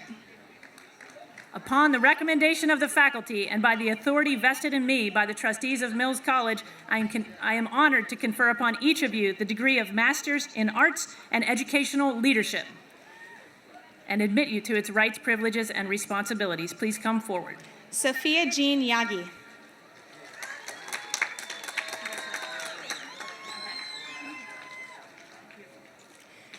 Samantha Elaine Watson Alvarado.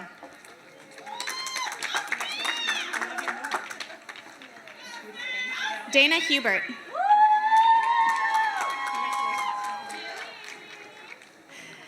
Jillian Mosley.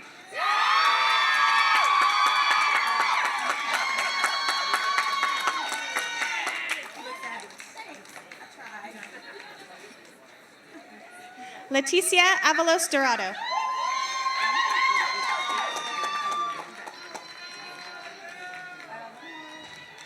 Anjali Jain.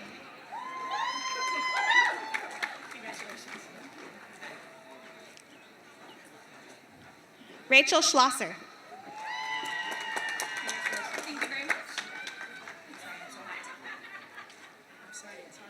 Jermise Harris Williams.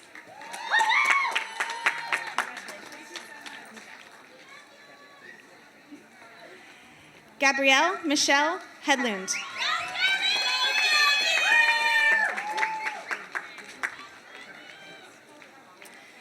Sage Paquette Cohen.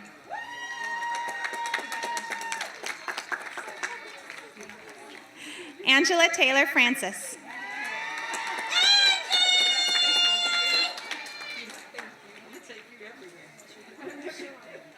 Joanna Sharon Williams.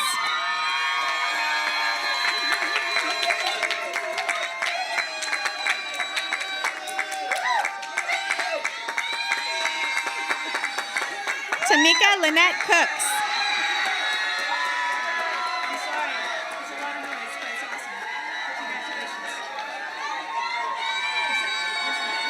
Lasana Alendra Jade Thompson.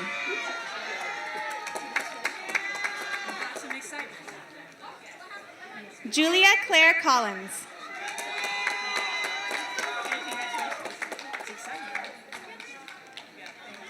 Suvarna Shankar.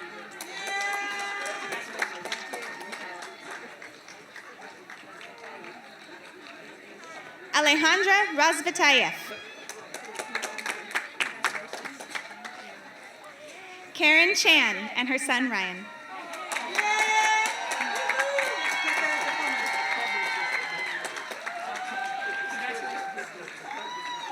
Madam President, on behalf of the faculty, I present the candidates for the degree of Masters of Public Policy and Masters of Business Administration.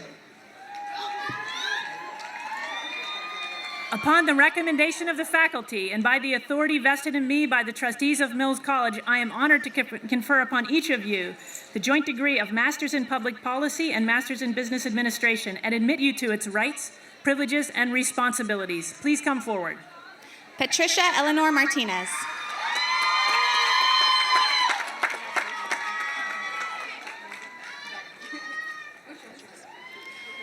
Alec Chard Edges.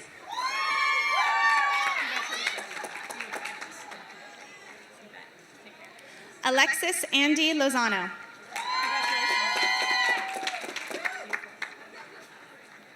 Alili Cuenca.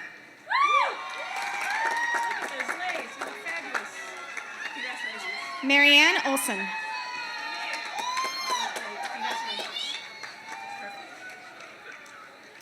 Madam President, on behalf of the faculty, I present the candidates for the degree of Masters of Public Policy. Upon the recommendation of the faculty and by the authority vested in me by the trustees of Mills College, I am honored to confer upon each of you the degree of Masters in Public Policy and admit you to its rights, privileges, and responsibilities. Please come forward.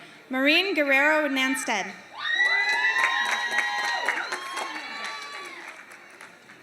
Brenda Diane Miles.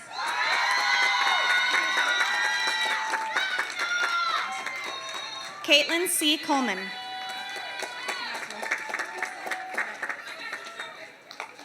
Alejandra Melgoza. Luke William Panzer.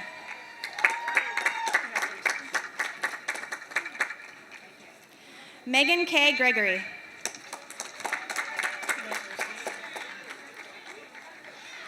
Dylan Mia Turner Keener.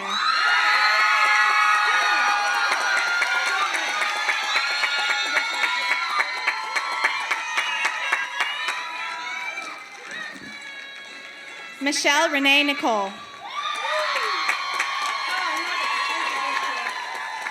Taylor Therese Rodriguez de la Luna.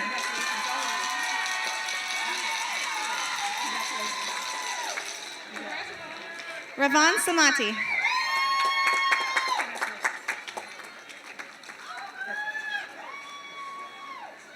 Yvonne D. Jett.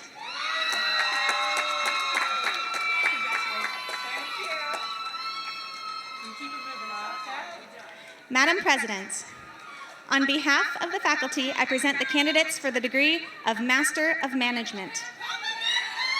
Upon the recommendation of the faculty and by the authority vested in me by the trustees of Mills College, I am honored to confer upon each of you the degree of Masters in Management and admit you to its rights, privileges, and responsibilities. Please come forward. Vanessa Varco Fontana.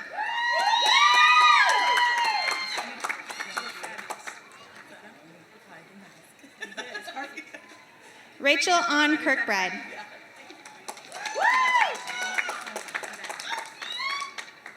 Tia Nicole Taylor.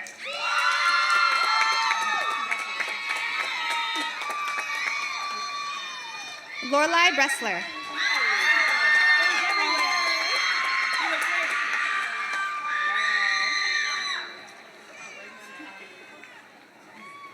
Madam President, on behalf of the faculty, I present the candidates for the degree of Master of Arts in Interdisciplinary Computer Science. Upon the recommendation of the faculty and by the authority vested in me by the trustees of Mills College, I am honored to confer upon each of you the Masters of Arts in Interdisciplinary Computer Science and admit you to its rights, privileges, and responsibilities. Please come forward. Katrina Eaton.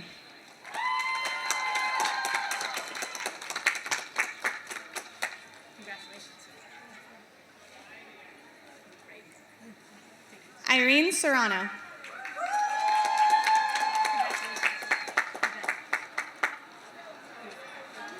Benjamin Addison Hamrick.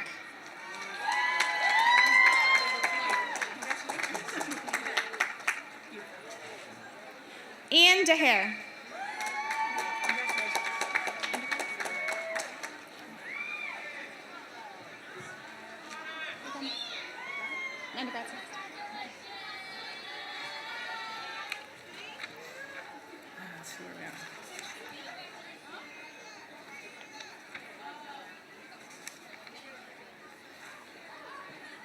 Okay.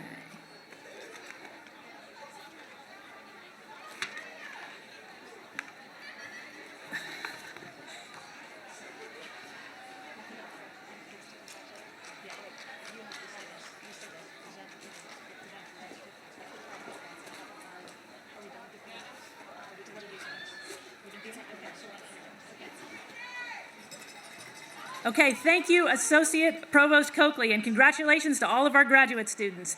To assist with the conferral of the undergraduate degrees, I'll welcome Associate Provost Christy Chung, who will present the candidates.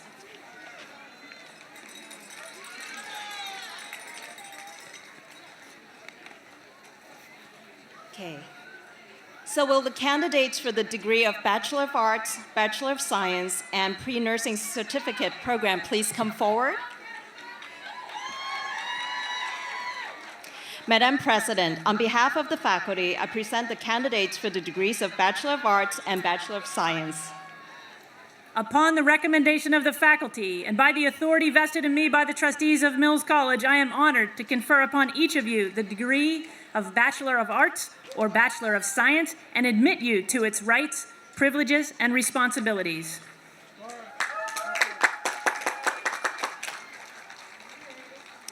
Nisha Young.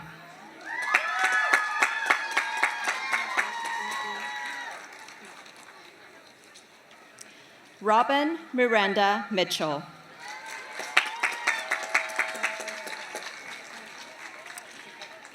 Dana Patilos. Sarah Parker Barton. Marisol Rose Emerson. Haifa Sali Ajibari. Congratulations.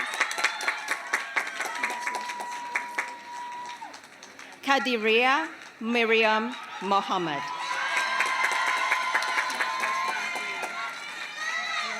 Ekua Yaba Monka. Ashwina Bartolici.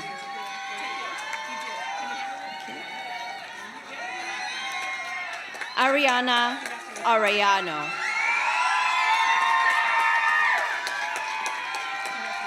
Zoe Brianne McConzie.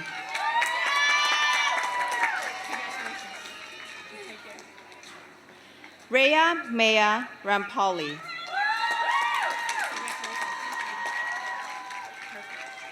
Ski Finney Snyder.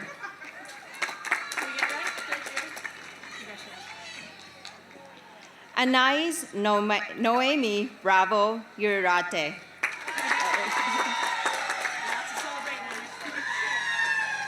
Zadie Moon.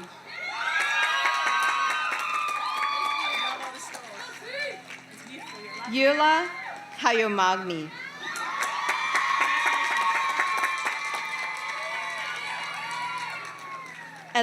Elizabeth Dixon. Tess Waxman. Miriam Campbell Lucking. Anna Isabel Miller.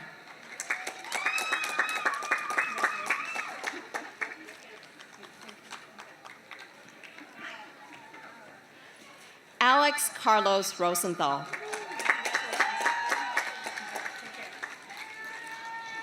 Avika Tamar.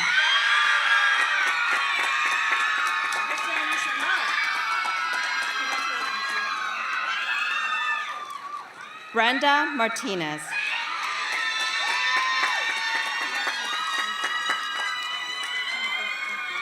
Maki Makawa.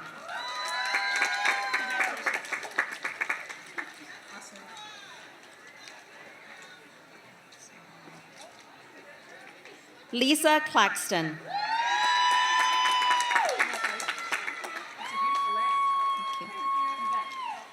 Marilyn Castillo.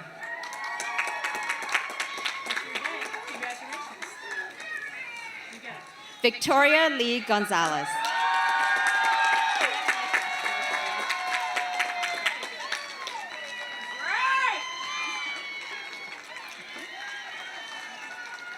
Chloe Amelia Abeda.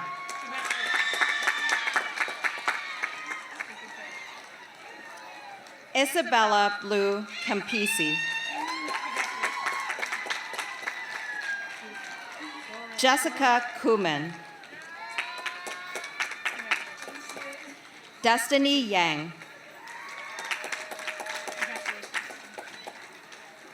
Jasmine Angelique Taylor. Alexis Maxey.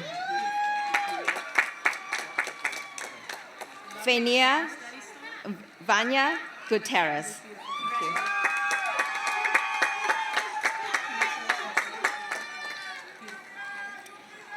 Caroline Judith Love.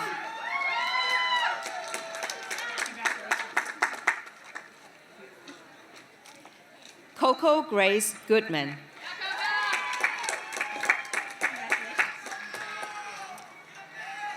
Olivia Mahoney Schwartz.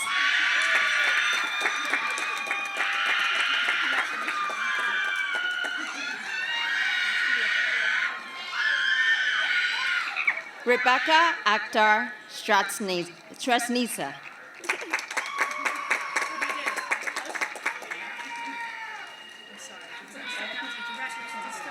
Sage Maddens.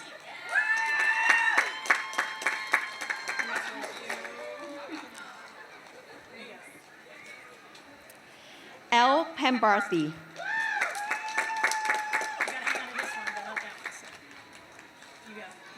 Molly Rachel Schotstedt.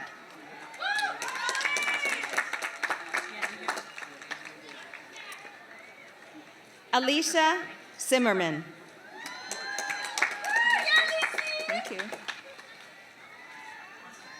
Tara Mohammed. Sydney Frances Pierce.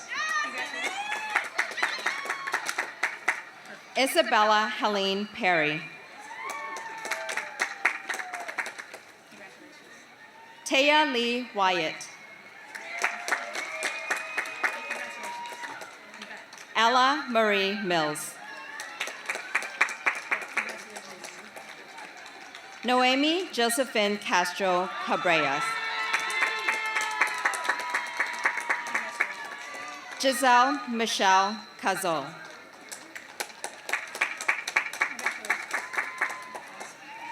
Mary Ann Lee Coleman.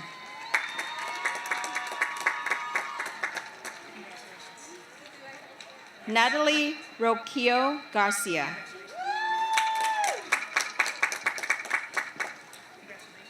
Josephine Guzman. Maritza Bernal Magonia. Leila Solatan.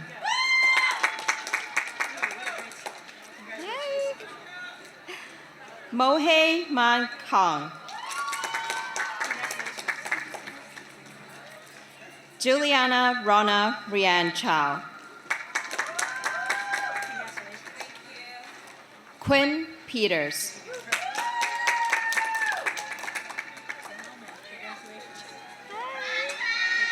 Tanya Tapia Sanchez.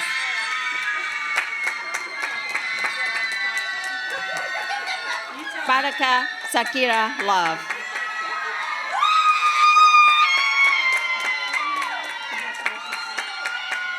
Tagira Abaranga.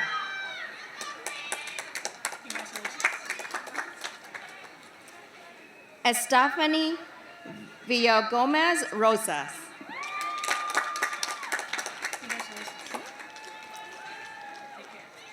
Kayla Faye Hurd.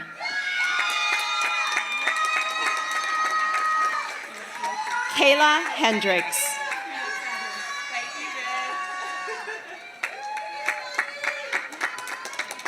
Ginger Murray Bacho.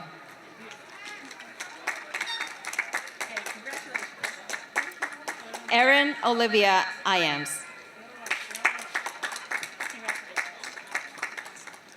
Grace Hirschfeld. Katya L. Hodnett.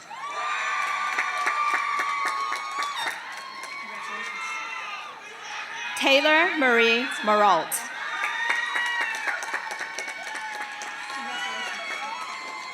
Taylor Marie Houston.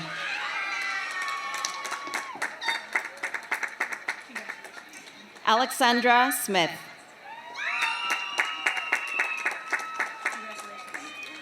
Christine Grace Iyer.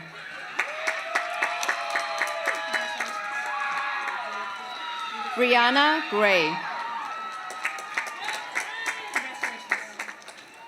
Molly Elizabeth Goulardi.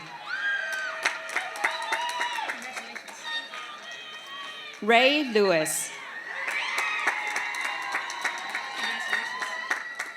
Ori Rose Simon. Soledad Lang.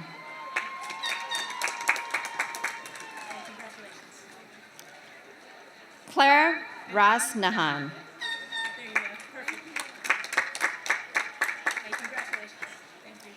Adrian Sellers Wuha.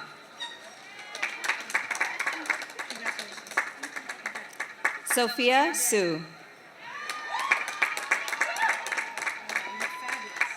Josie Gullickson.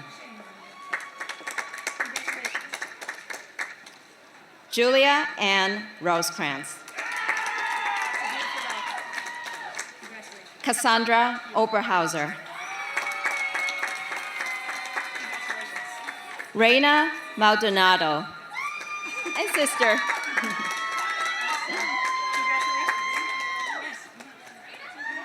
Sophia Mendieta.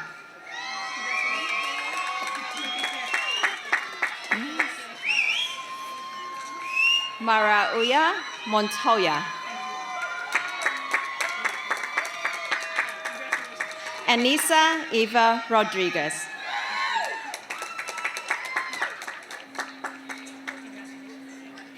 Kilihiva Greg.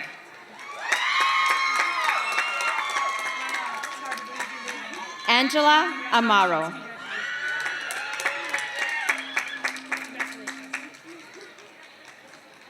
Precious Feline Miranda. Cassina Colby Valson.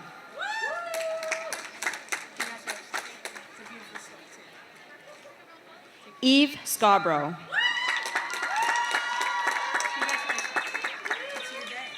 Angelica Victoria Navarro. Maureen Tearing. Meredith Cohen.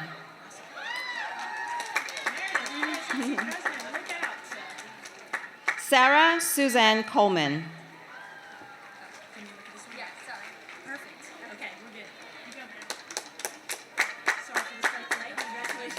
Julia Marie Williams.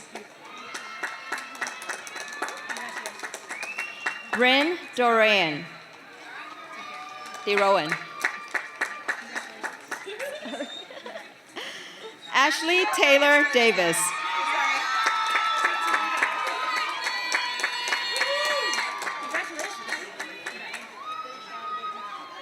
Okay.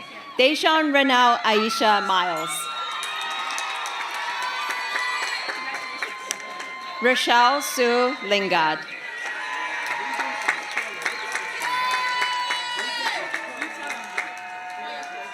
Yvette Marie Estrada.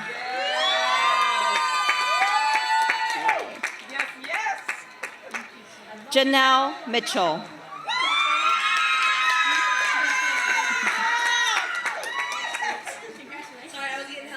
It's fine. Shantae Ebony Franco Clausen.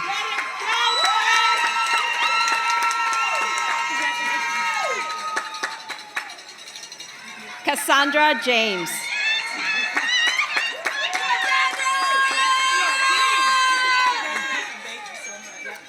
Adrian Williams.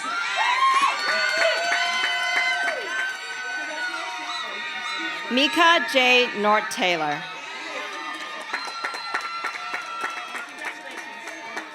Natalie Rose Davis.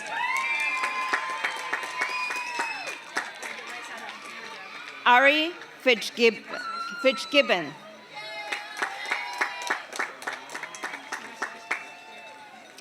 Hanela Mandala Jane. Violet Phillips. Jamie Ariand.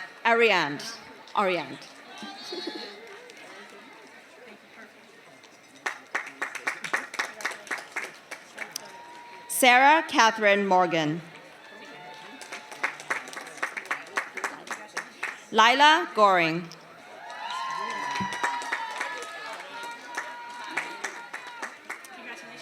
Erica Jo McKinnon.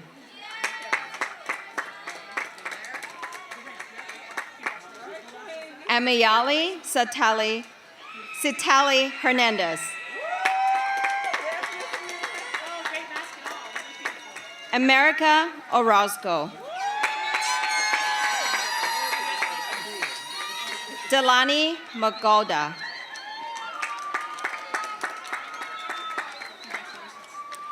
Alessandra Anna Townley Bolger.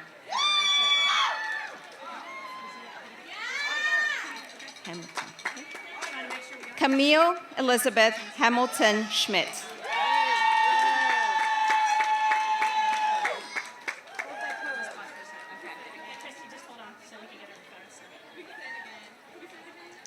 Sure.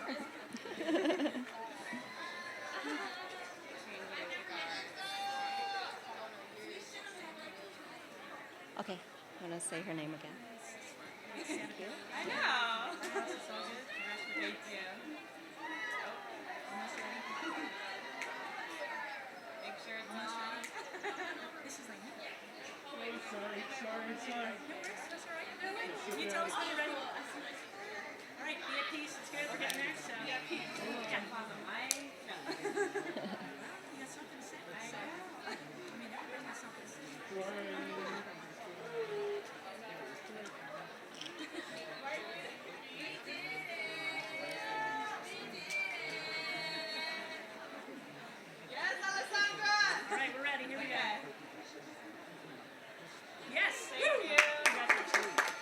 Camille Elizabeth Hamilton Schmidt. Rosina Gubriasus.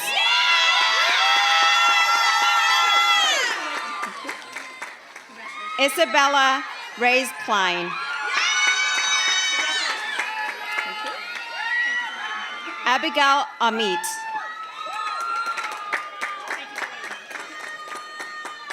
Ashley Judith Tasmer.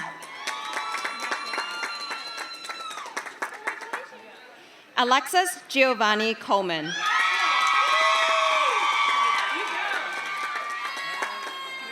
Uriel Iris Lorvan. It's okay. Zoe Davis.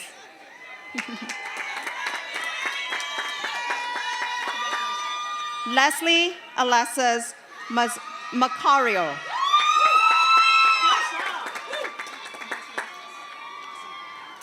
Teresa Rochelle Ixchop.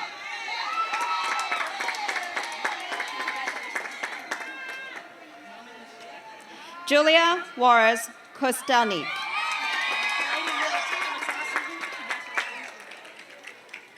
Nicole Mendoza. Pre-nursing. Okay. Madam President, on behalf of the faculty, I present the candidates for the pre-nursing certificate.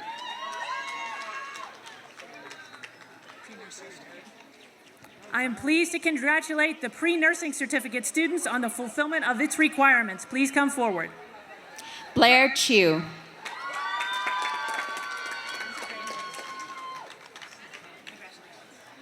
Andrea Bibian Ochoa.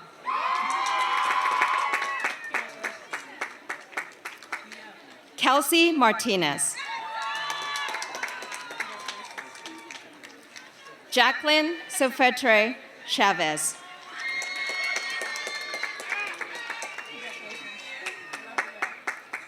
Guadalupe Cisneros.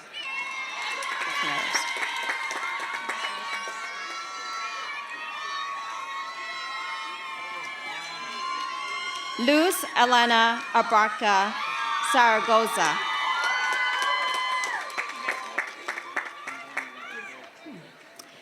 Isabella Manon Gonzalez.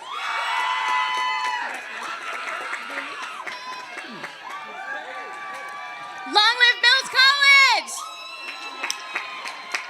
Sage Desiree Gasper.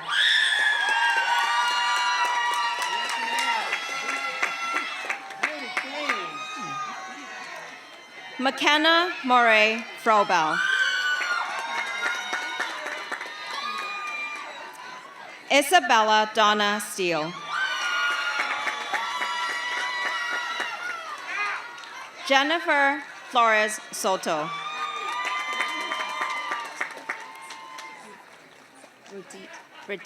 Radit Benyen Kiboa.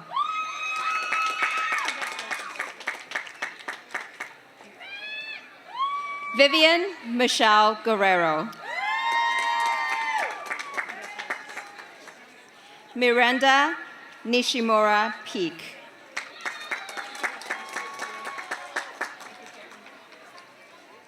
Zalma Veronica Tayan Escoy.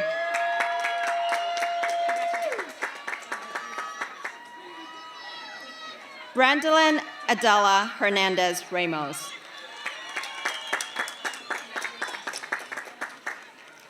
Tatiana Odelis Escobar.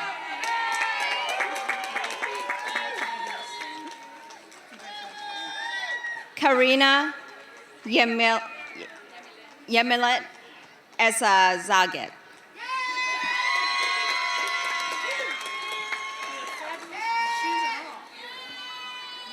Ashley Arizali Cardonas. Jessica Areli.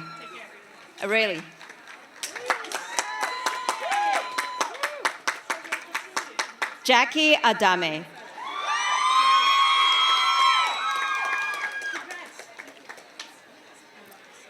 Daniela Ledesma.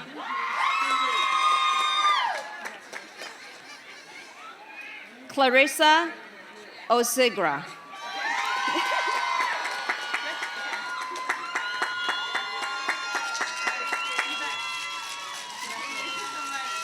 Okay. Aniela Yovita Ayer.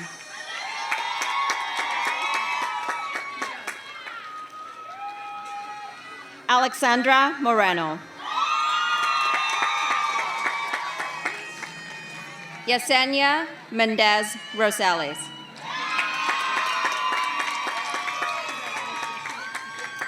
LJ Miranda.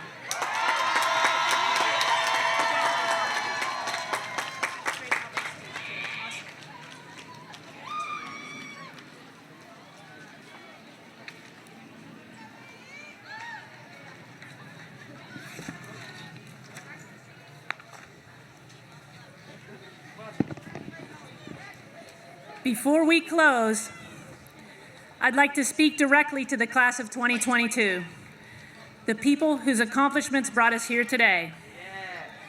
It's long been a tradition on a campus that has been here in Oakland since 1871 for the president to issue a charge to the newest graduates of the college. But it's been a while since we did this. In fact, it's the first time we've been able to issue a charge in person at commencement in 3 very long years. It was May 18th, 2019, when we were last here on this meadow, on Ohlone land, with families and friends. Since that date, in May 2019, a global pandemic has weaved loss and isolation into our daily lives. Since that date, in May 2019, climate change has become an increasingly terrifying reality. Since that date, solving for racial justice has become a national and global imperative, embraced by many corporations and government officials, all compelled to act by the courage and sacrifice of those who refused to accept, in the summer of 2020, yet more unaddressed violence and harm. Since that date, in May 2019, the Supreme Court has signaled that women's rights to bodily integrity and autonomy may no longer be protected by the U.S. Constitution, a profound setback for advocates of equality and reproductive justice. And since that date, you, the class of 2022, have earned degrees from Mills College, winning the admiration and respect of our entire community. What now? My charge to you, the class of 2022, veterans of so much hardship and challenge in these recent years, is about faith. I ask humbly that you have faith in yourselves, in others, in our institutions, our nations, our planet.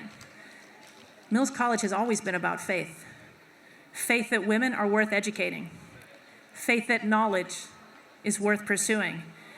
Faith that encouraging students to find their voices is a good idea in the long run, even if it poses some immediate challenges in terms of decorum, civility, or disagreement. As our distinguished speaker, Jesmyn Ward, told us, your voice is your lantern. Your voice is your boat. Faith was essential to our founders, Cyrus and Susan Mills. Cyrus Mills graduated from Union Theological Seminary in New York City and became a Christian missionary. After he married Susan, and after she fulfilled her teaching obligations, they voyaged to what we now know as Sri Lanka. The Mills kept their faith despite suffering hardship. Susan Mills was the 5th of 8 children. Her mother died when she was but 11. Within 6 months of Susan's arrival in Sri Lanka, she became seriously ill with amoebic dysentery. Cyrus soon contracted the same disease, and their mission was cut short. Soon after, they were informed that the mission itself had been improper, a crushing blow to their sense of purpose.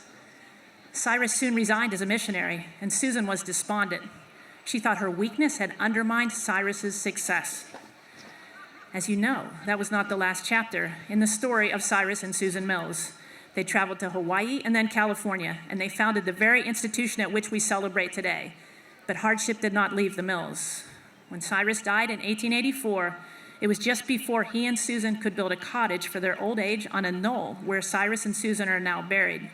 And it was after he suffered an injury that led to the amputation of his right arm.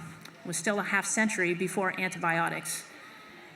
As Susan Mills grieved the loss of her husband, she was handed the duties of, quote, lady principal during the brief and trying terms of 2 male presidents, Sprague, it's here, and Stratton, who succeeded Cyrus.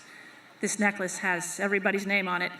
Number 1, only for Susan to be at last named president herself in 1890, a position she would hold until she retired in 1909. During her 19-year tenure, she took decisive steps to make Mills into what she called a real college. That we're here today is a sign of her triumph.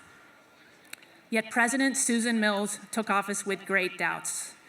She herself had chosen Stratton to succeed Sprague, and he proved a disastrous appointment. She had misjudged the character and competence of a leader, and the college suffered as a result. President Mills learned hard lessons from that experience, but she did not lose faith in herself or in Mills College. I ask you, the class of 2022, the last class to finish here as graduates of the fiercely independent Mills College, to consider the relationship between faith and doubt that shaped Susan Mills' orientation to the world. I ask you to consider that the opposite of faith might not be doubt nor reason, but rather certainty. Feeling uncertain does not indicate a lack of faith. It suggests awareness and understanding. Feeling uncertain can be a sign you're learning. It can be a sign you're forging ahead despite obstacles, as Susan Mills did. Certainty, on the other hand, can be a sign you don't have anything left to learn, that you already know everything that matters, and that your time for listening is over. My charge to you is that you hold fast to the faith that has gotten you this far, and you use that faith to accept uncertainty as the price of growth and creativity. I ask that you extend that faith to other people, including those with whom you disagree, because they too can help. They too are essential. I ask you to use that faith to help you keep listening with openness and compassion. I ask you to draw on that faith to help you reimagine as possible tasks that seem impossible at the start. And I ask you to let that faith teach you that insight and opportunity may not come only from people you already know or places you already understand. Hold fast to the faith that got you here. It will help you, as the inscription on the Wetmore Gate admonishes us, to depart in use in life the joy and truths here found. Thank you and congratulations.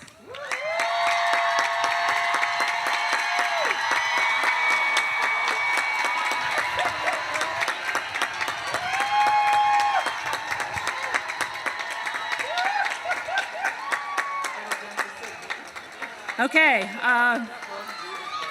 guests, please stay in your seats until the platform party faculty and students have exited. After the recessional, everyone's invited to proceed to the Betty. We're not quite done, folks. Hang on, we got a blessing coming.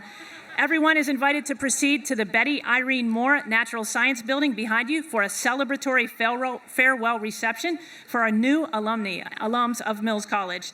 Just follow the Mariachi San Francisco Band, who will lead you to the reception. There are divisional signs to help you find colleagues and faculty. Bent Twigs and their alum relatives are reminded to meet the Mills Quarterly photographer on Strike Patio near the Student Union immediately after the ceremony. Now, please rise to receive the blessing and remain standing to sing the college hymn, Fires of Wisdom. You'll find the lyrics in the back of the program.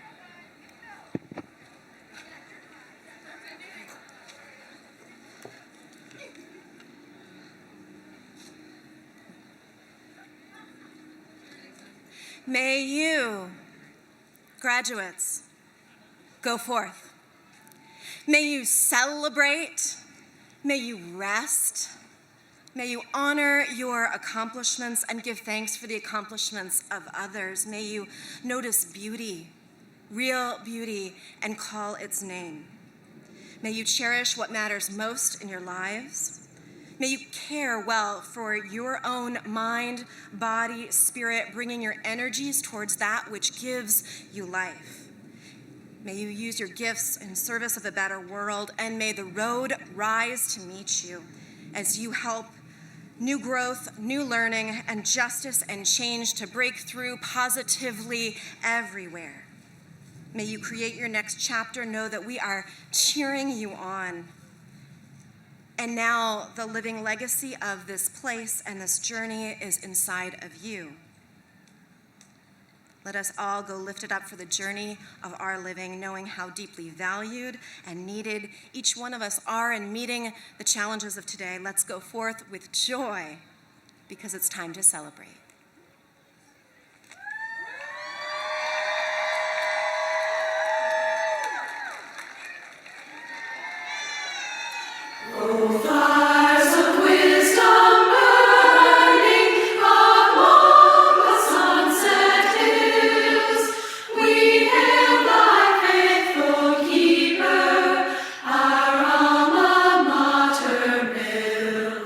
Sweet altar fires of